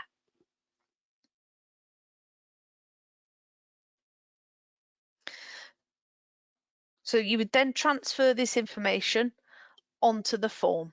You need to make it clear whether you have measured it in relation to the horizontal centre line or the lowest tangent.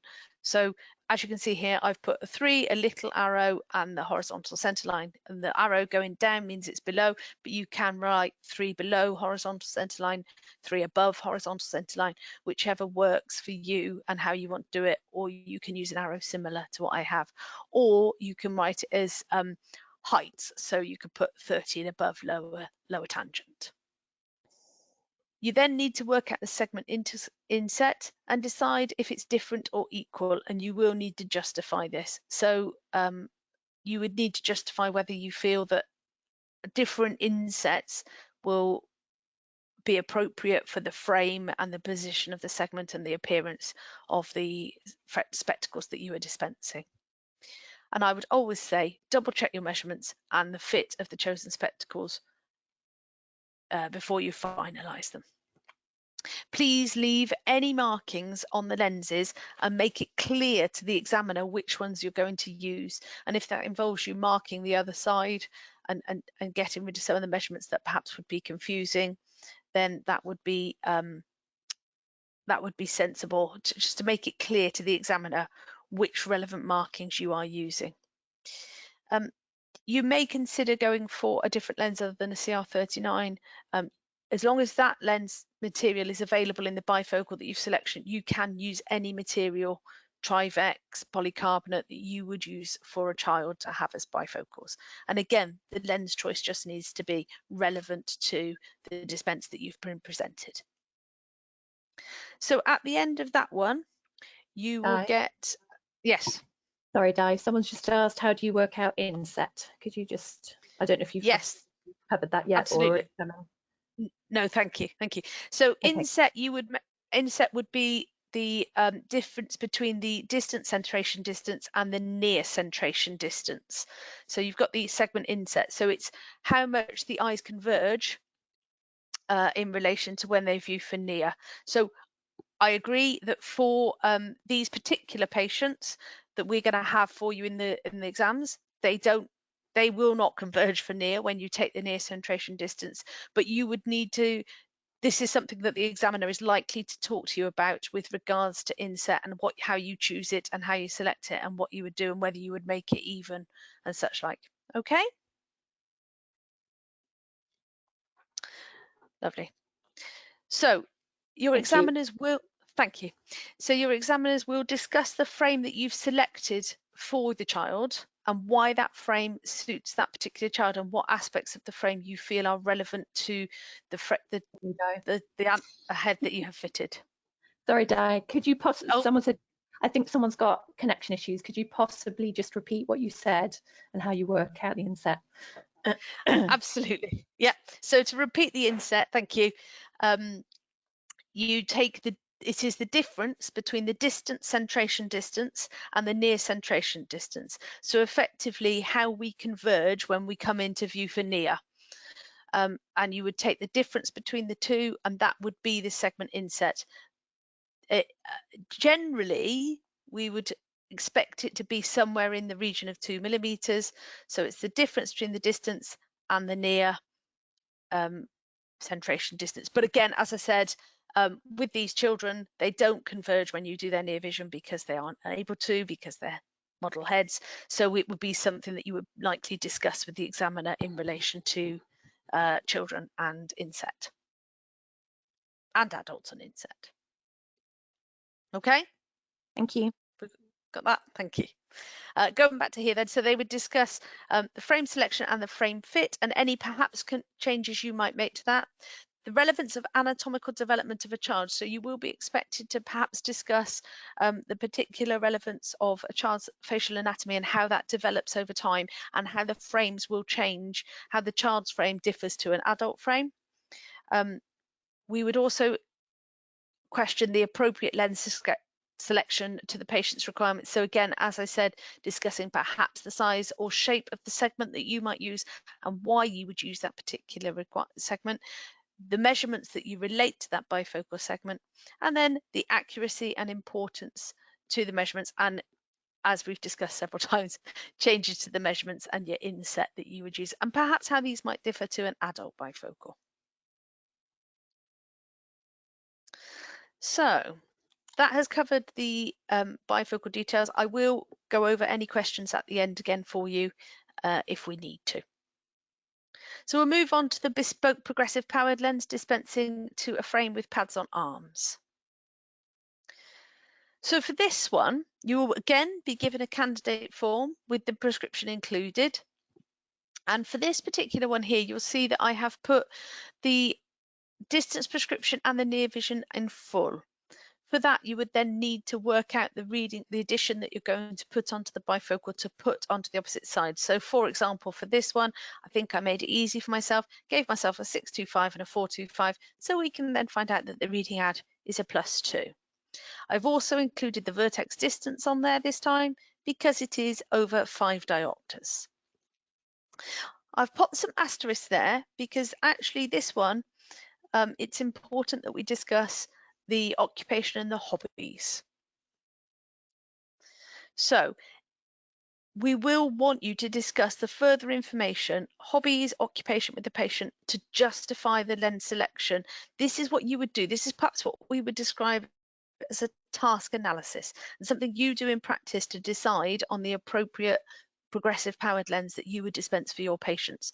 So please ask the patients that you've got in front of you. You will be presented with them with some information about them, but please ask them what their occupations are, what hobbies they enjoy.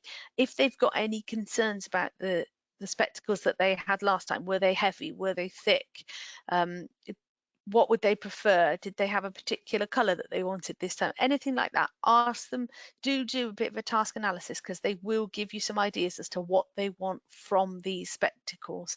Then please, when you've got some information, write it down and then you won't forget. And for this one, I've also written that they've had a 1.6 C28 bifocal before, so we know that this is likely to be a first time progressive wearer, and we also need to think about the implications that that will bring us. You've got 20 minutes as before to complete your dispense and fill in the order form before the examiner will return to question you. So as before, please remember your candidate number, your patient's name. It will be a different patient this time, so you will need to probably ask their name, date and location, and then your distance centration and near centration distance on the front of the page.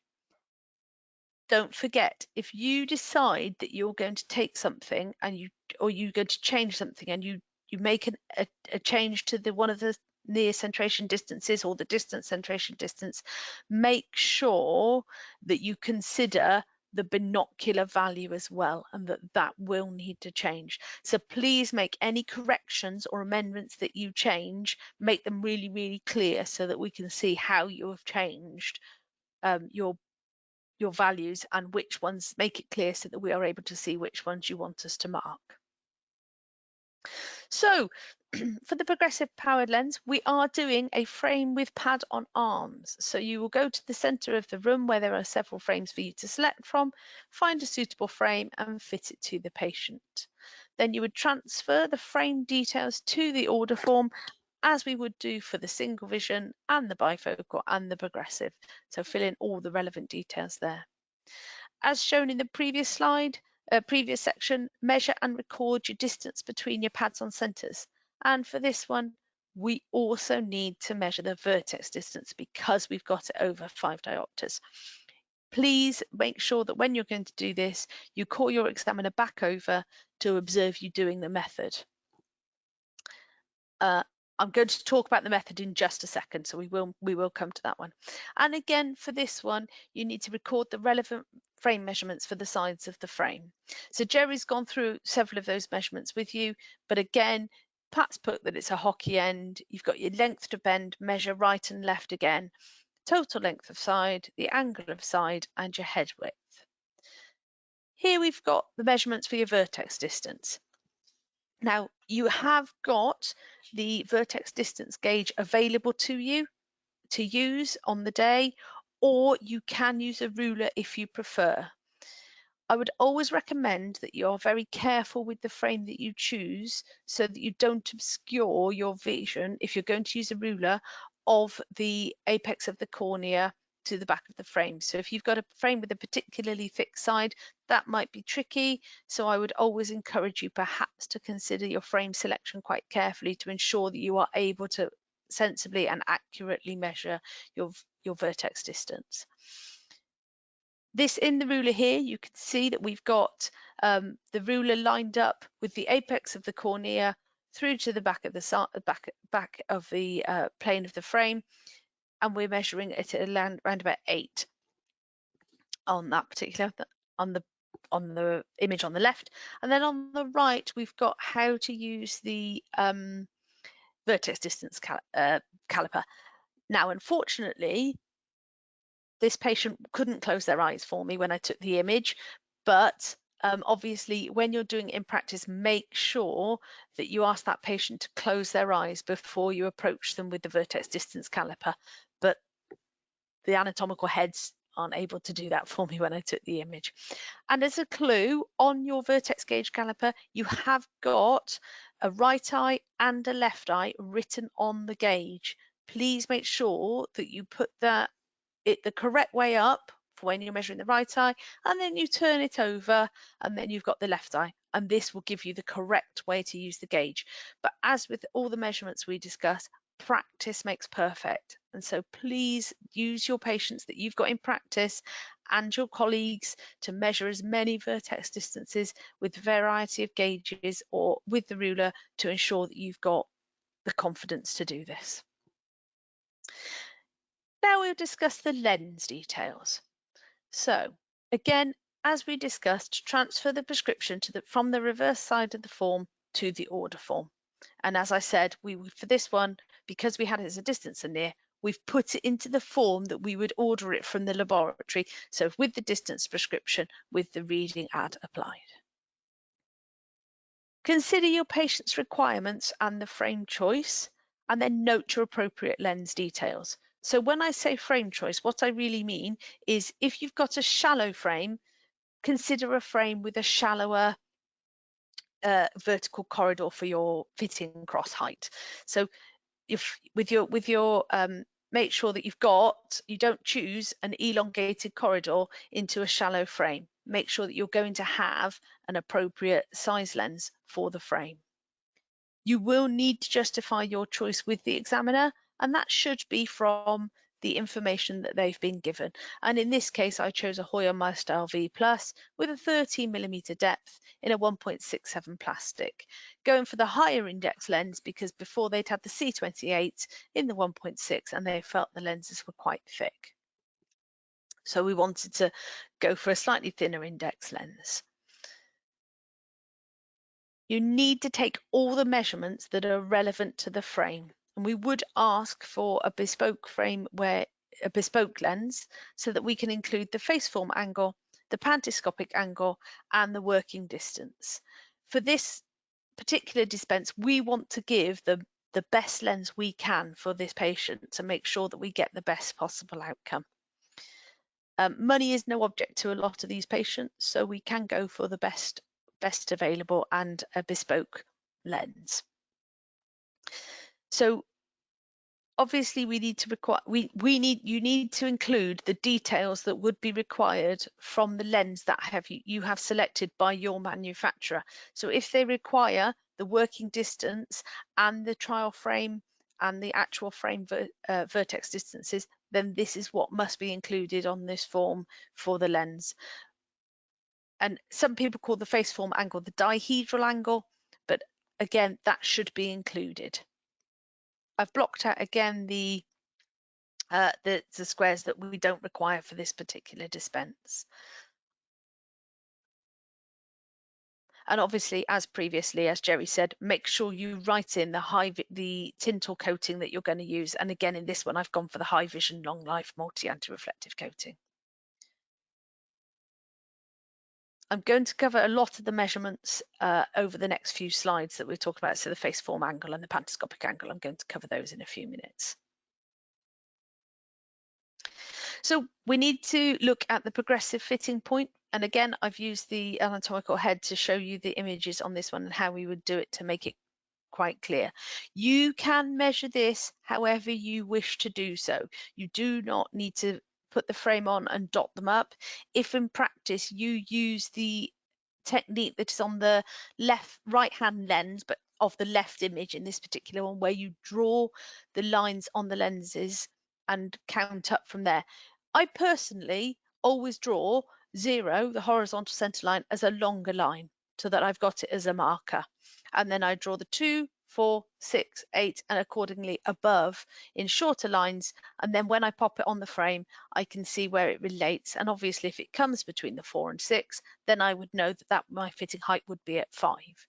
Alternatively, you can pop the frame on and dot it up like you would do on the left-hand lens of this particular patient. And then I would take that off, make it into a fitting cross so that it's much clearer, so that when I pop that back on, I can see how that relates. And then obviously on the image in the bottom right here, I've got how I would relate that to the horizontal center line of that frame. And I would measure the height of the fitting cross, or get it off my pre-marked measurements that we put on there before. But either of these methods is acceptable, but please leave the marking of the height that you are going to use on the lens, or leave the vertical line markings on there so that the examiner can see what measurement you've got. And if you're going to use the markings on the right hand side, please make sure you indicate to the examiner which marking you are using and why. And then the examiner can double check that that is how that fits for that particular patient. So here we've got an image of the face form angle and the pantoscopic angle. The face form angle measuring chart that we've got here in this image will be available to you on the day, and you can see how I have lined the frame up on the chart, and from that we have measured an angle of 5 degrees for this particular frame. You can use the angles, the protractors on your rulers. That's absolutely fine. Again, I would always suggest that you use the method that you have used in practice, and practice, practice, practice. So if you don't have this particular chart available to you and you use your ruler, then that is what you would use within your examination. The pantoscopic angle would be the as worn pantoscopic angle.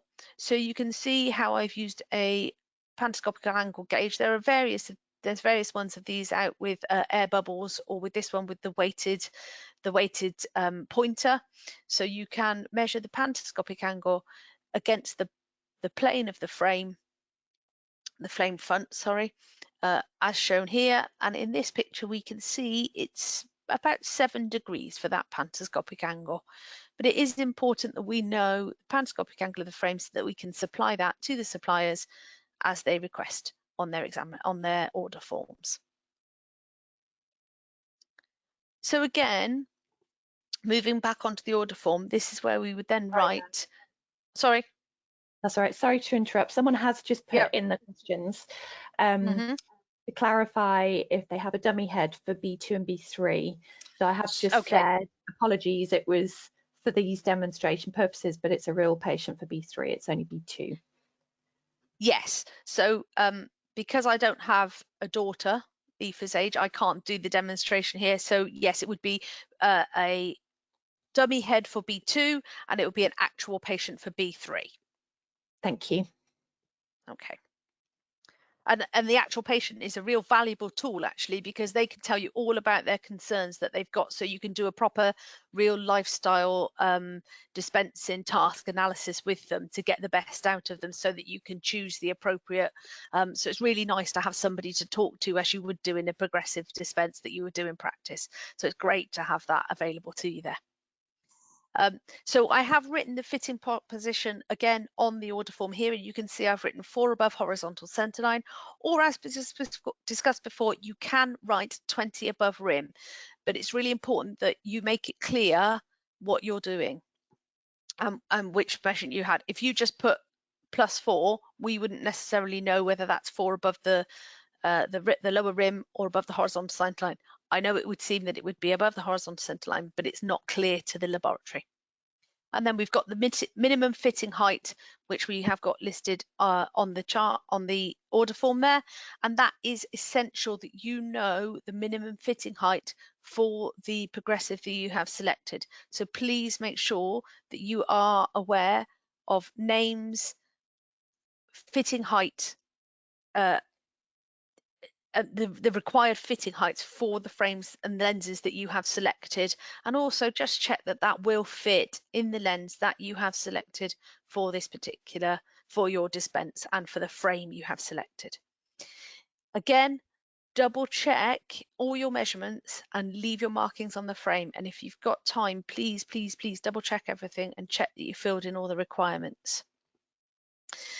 The examiner will then come and question you on the frame selection and your frame fitting, but more importantly, the lens selection to your requirements. So from the task analysis that you've done, have they got the suitable, have you picked a suitable lens, and why have you picked the frame lens? And also, what are the features of that lens that will do it? So have you picked a lens that's got a wide intermediate if they like to do a lot of VDU use? Have you picked a lens with a wider near zone if they are an avid crossworder or a Sudoku puzzler or an avid knitter? So give them the lens that suits them, with a wide distance vision if that's appropriate, if they're a taxi driver or a bus driver, but they still need to have their progressives for when they've stopped and they're reading their book. And obviously the accuracy and the relevant of the progressive fittings that you've measured, how you measured them. So we do like to find out the method that you take to measure those, and also any extra measurements required and why they are relevant. Why do we want the pantoscopic angle to be a certain angle? What would be the implications if that was fitting too flat, or perhaps if it was fitting at a greater angle? Or also, if we've got a working distance of 35, what the implications are for how much they would, if they were then using something at 45 centimeters and that wasn't the near vision working distance that had been applied to this frame. And you will be required to discuss the advice on use for a first-time progressive powered lens wearer. What advice would you give that patient? How do you encourage them to get used to and adapt to that progressive lens? Do you advise to use them at home? Do you advise them to practice on the stairs? Are you happy with them just walking out at the practice with them on? And how might that vary with the reaction that you get when they first put those spectacles on? What advice do you give them to train them into how to use a progressive powered lens, and what might they expect to see? So just to remind you, I know Miranda covered it very slightly first thing this morning, just some COVID-19 guidance for this upcoming session for your examinations. You will remain at the same desk throughout, and the patients will rotate to you and the examiners. You will get different examiners and the patients will rotate. You should use ideally your own pens and rulers and bring those with you. One, because actually you know they're going to work. If it's a pen, you can check your pen works and bring it with you, but also use the ruler that you are comfortable with. We've said it before, we'll say it again, use your ruler becomes second nature to you. I don't let anybody else use my ruler particularly, and that's because I know how to use my ruler and I'm confident that that will give me the results that I need. Wipes and hand sanitizing gel will be available on each workstation, and equipment should be wiped ideally between each patient, and you will be issued with gloves and aprons as per the current guidance. A selection of appropriate frames and all the other required equipment will be on a central desk. Anything you use, can you please leave it on your desk so that we can clean it afterwards, ready for any candidates that will follow you. But the equipment will be available to you. If there's something you can't find, again, please ask your examiner and we will endeavour to get it for you, or make sure that it's available for you if it's relevant. And again, candidates and patients will require a face mask, and if it requires adjusting to take a measurement, please ask the patient to do that themselves. Do not try and adjust their mask for them. Please ask them to adjust it. There we go. Any questions? Oh. Hi, Di. Hi, I'm back. Okay, so I've left a couple of the last few questions. So for the progressive lens recommendation, someone's asked about the Specsavers lenses, and my response to that is you can use branded lenses, but I do believe that Specsavers top lens is not a true bespoke lens, so you would need to use one that is a bespoke lens. Where have you gone, Di? You're not going to help me? Oh, I'm back. Sorry, I was just taking my screen off share, so we were bigger. No, that's all right. Are you to make the adjustments prior to taking the measurements? Yes, we'd recommend that for every dispense in practice. Yeah. When it comes to special instructions and extra measurements, are we expected to measure all of these measurements, i.e. the SLAW ones? You won't have the facility to measure all of those.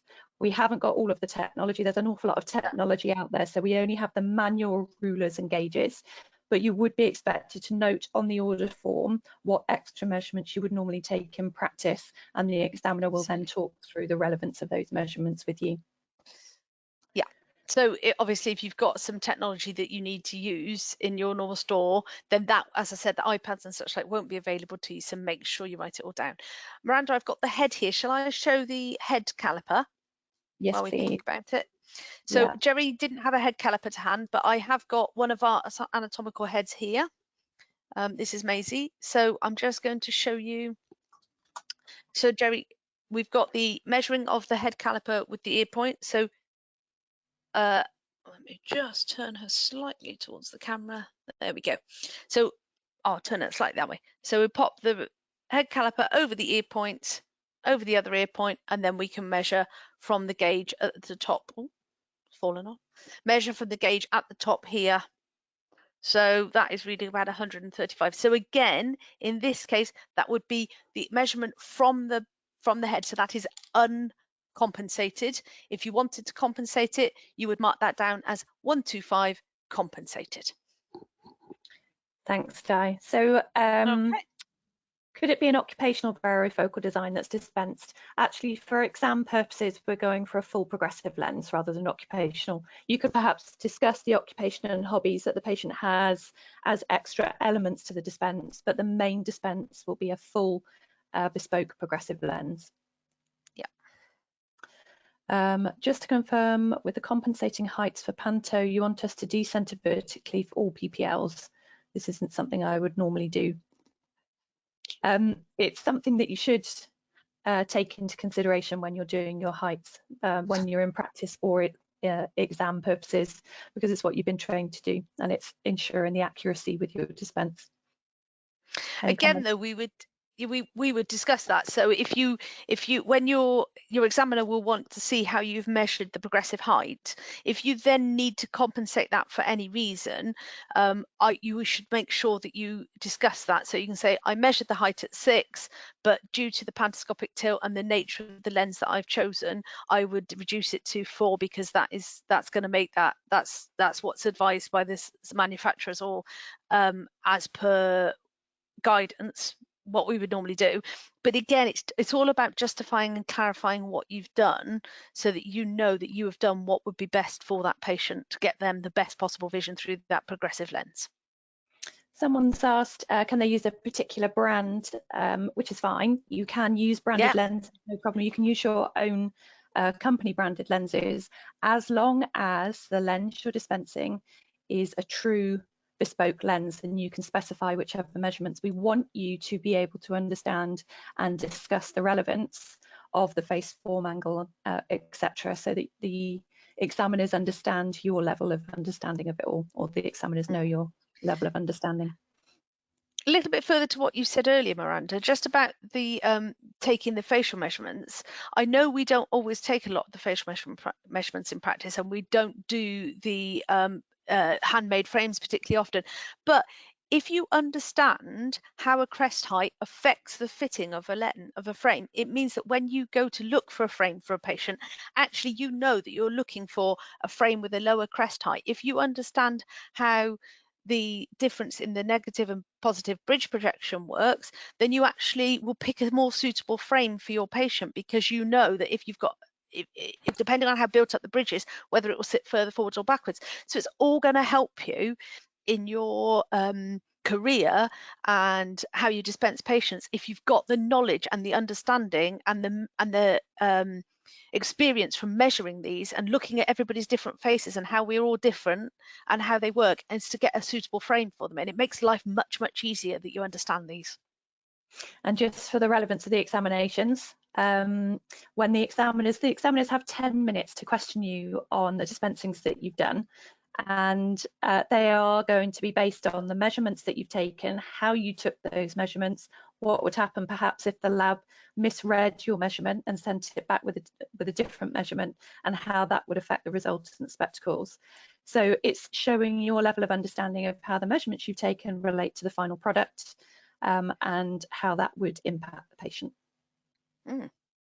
Absolutely. I don't think we have any further questions. Have you got any other comments, Di? No, I think that's it. I just want to wish everybody good luck for their exams, and hopefully we can get lots of nice budding dispensing competitions out there. Okay, thank you very much for listening, everyone. Thank you very much, Di and Jerry, for an amazing set of slides and lots of information. We do appreciate it's a long day, so it does take it out of you today.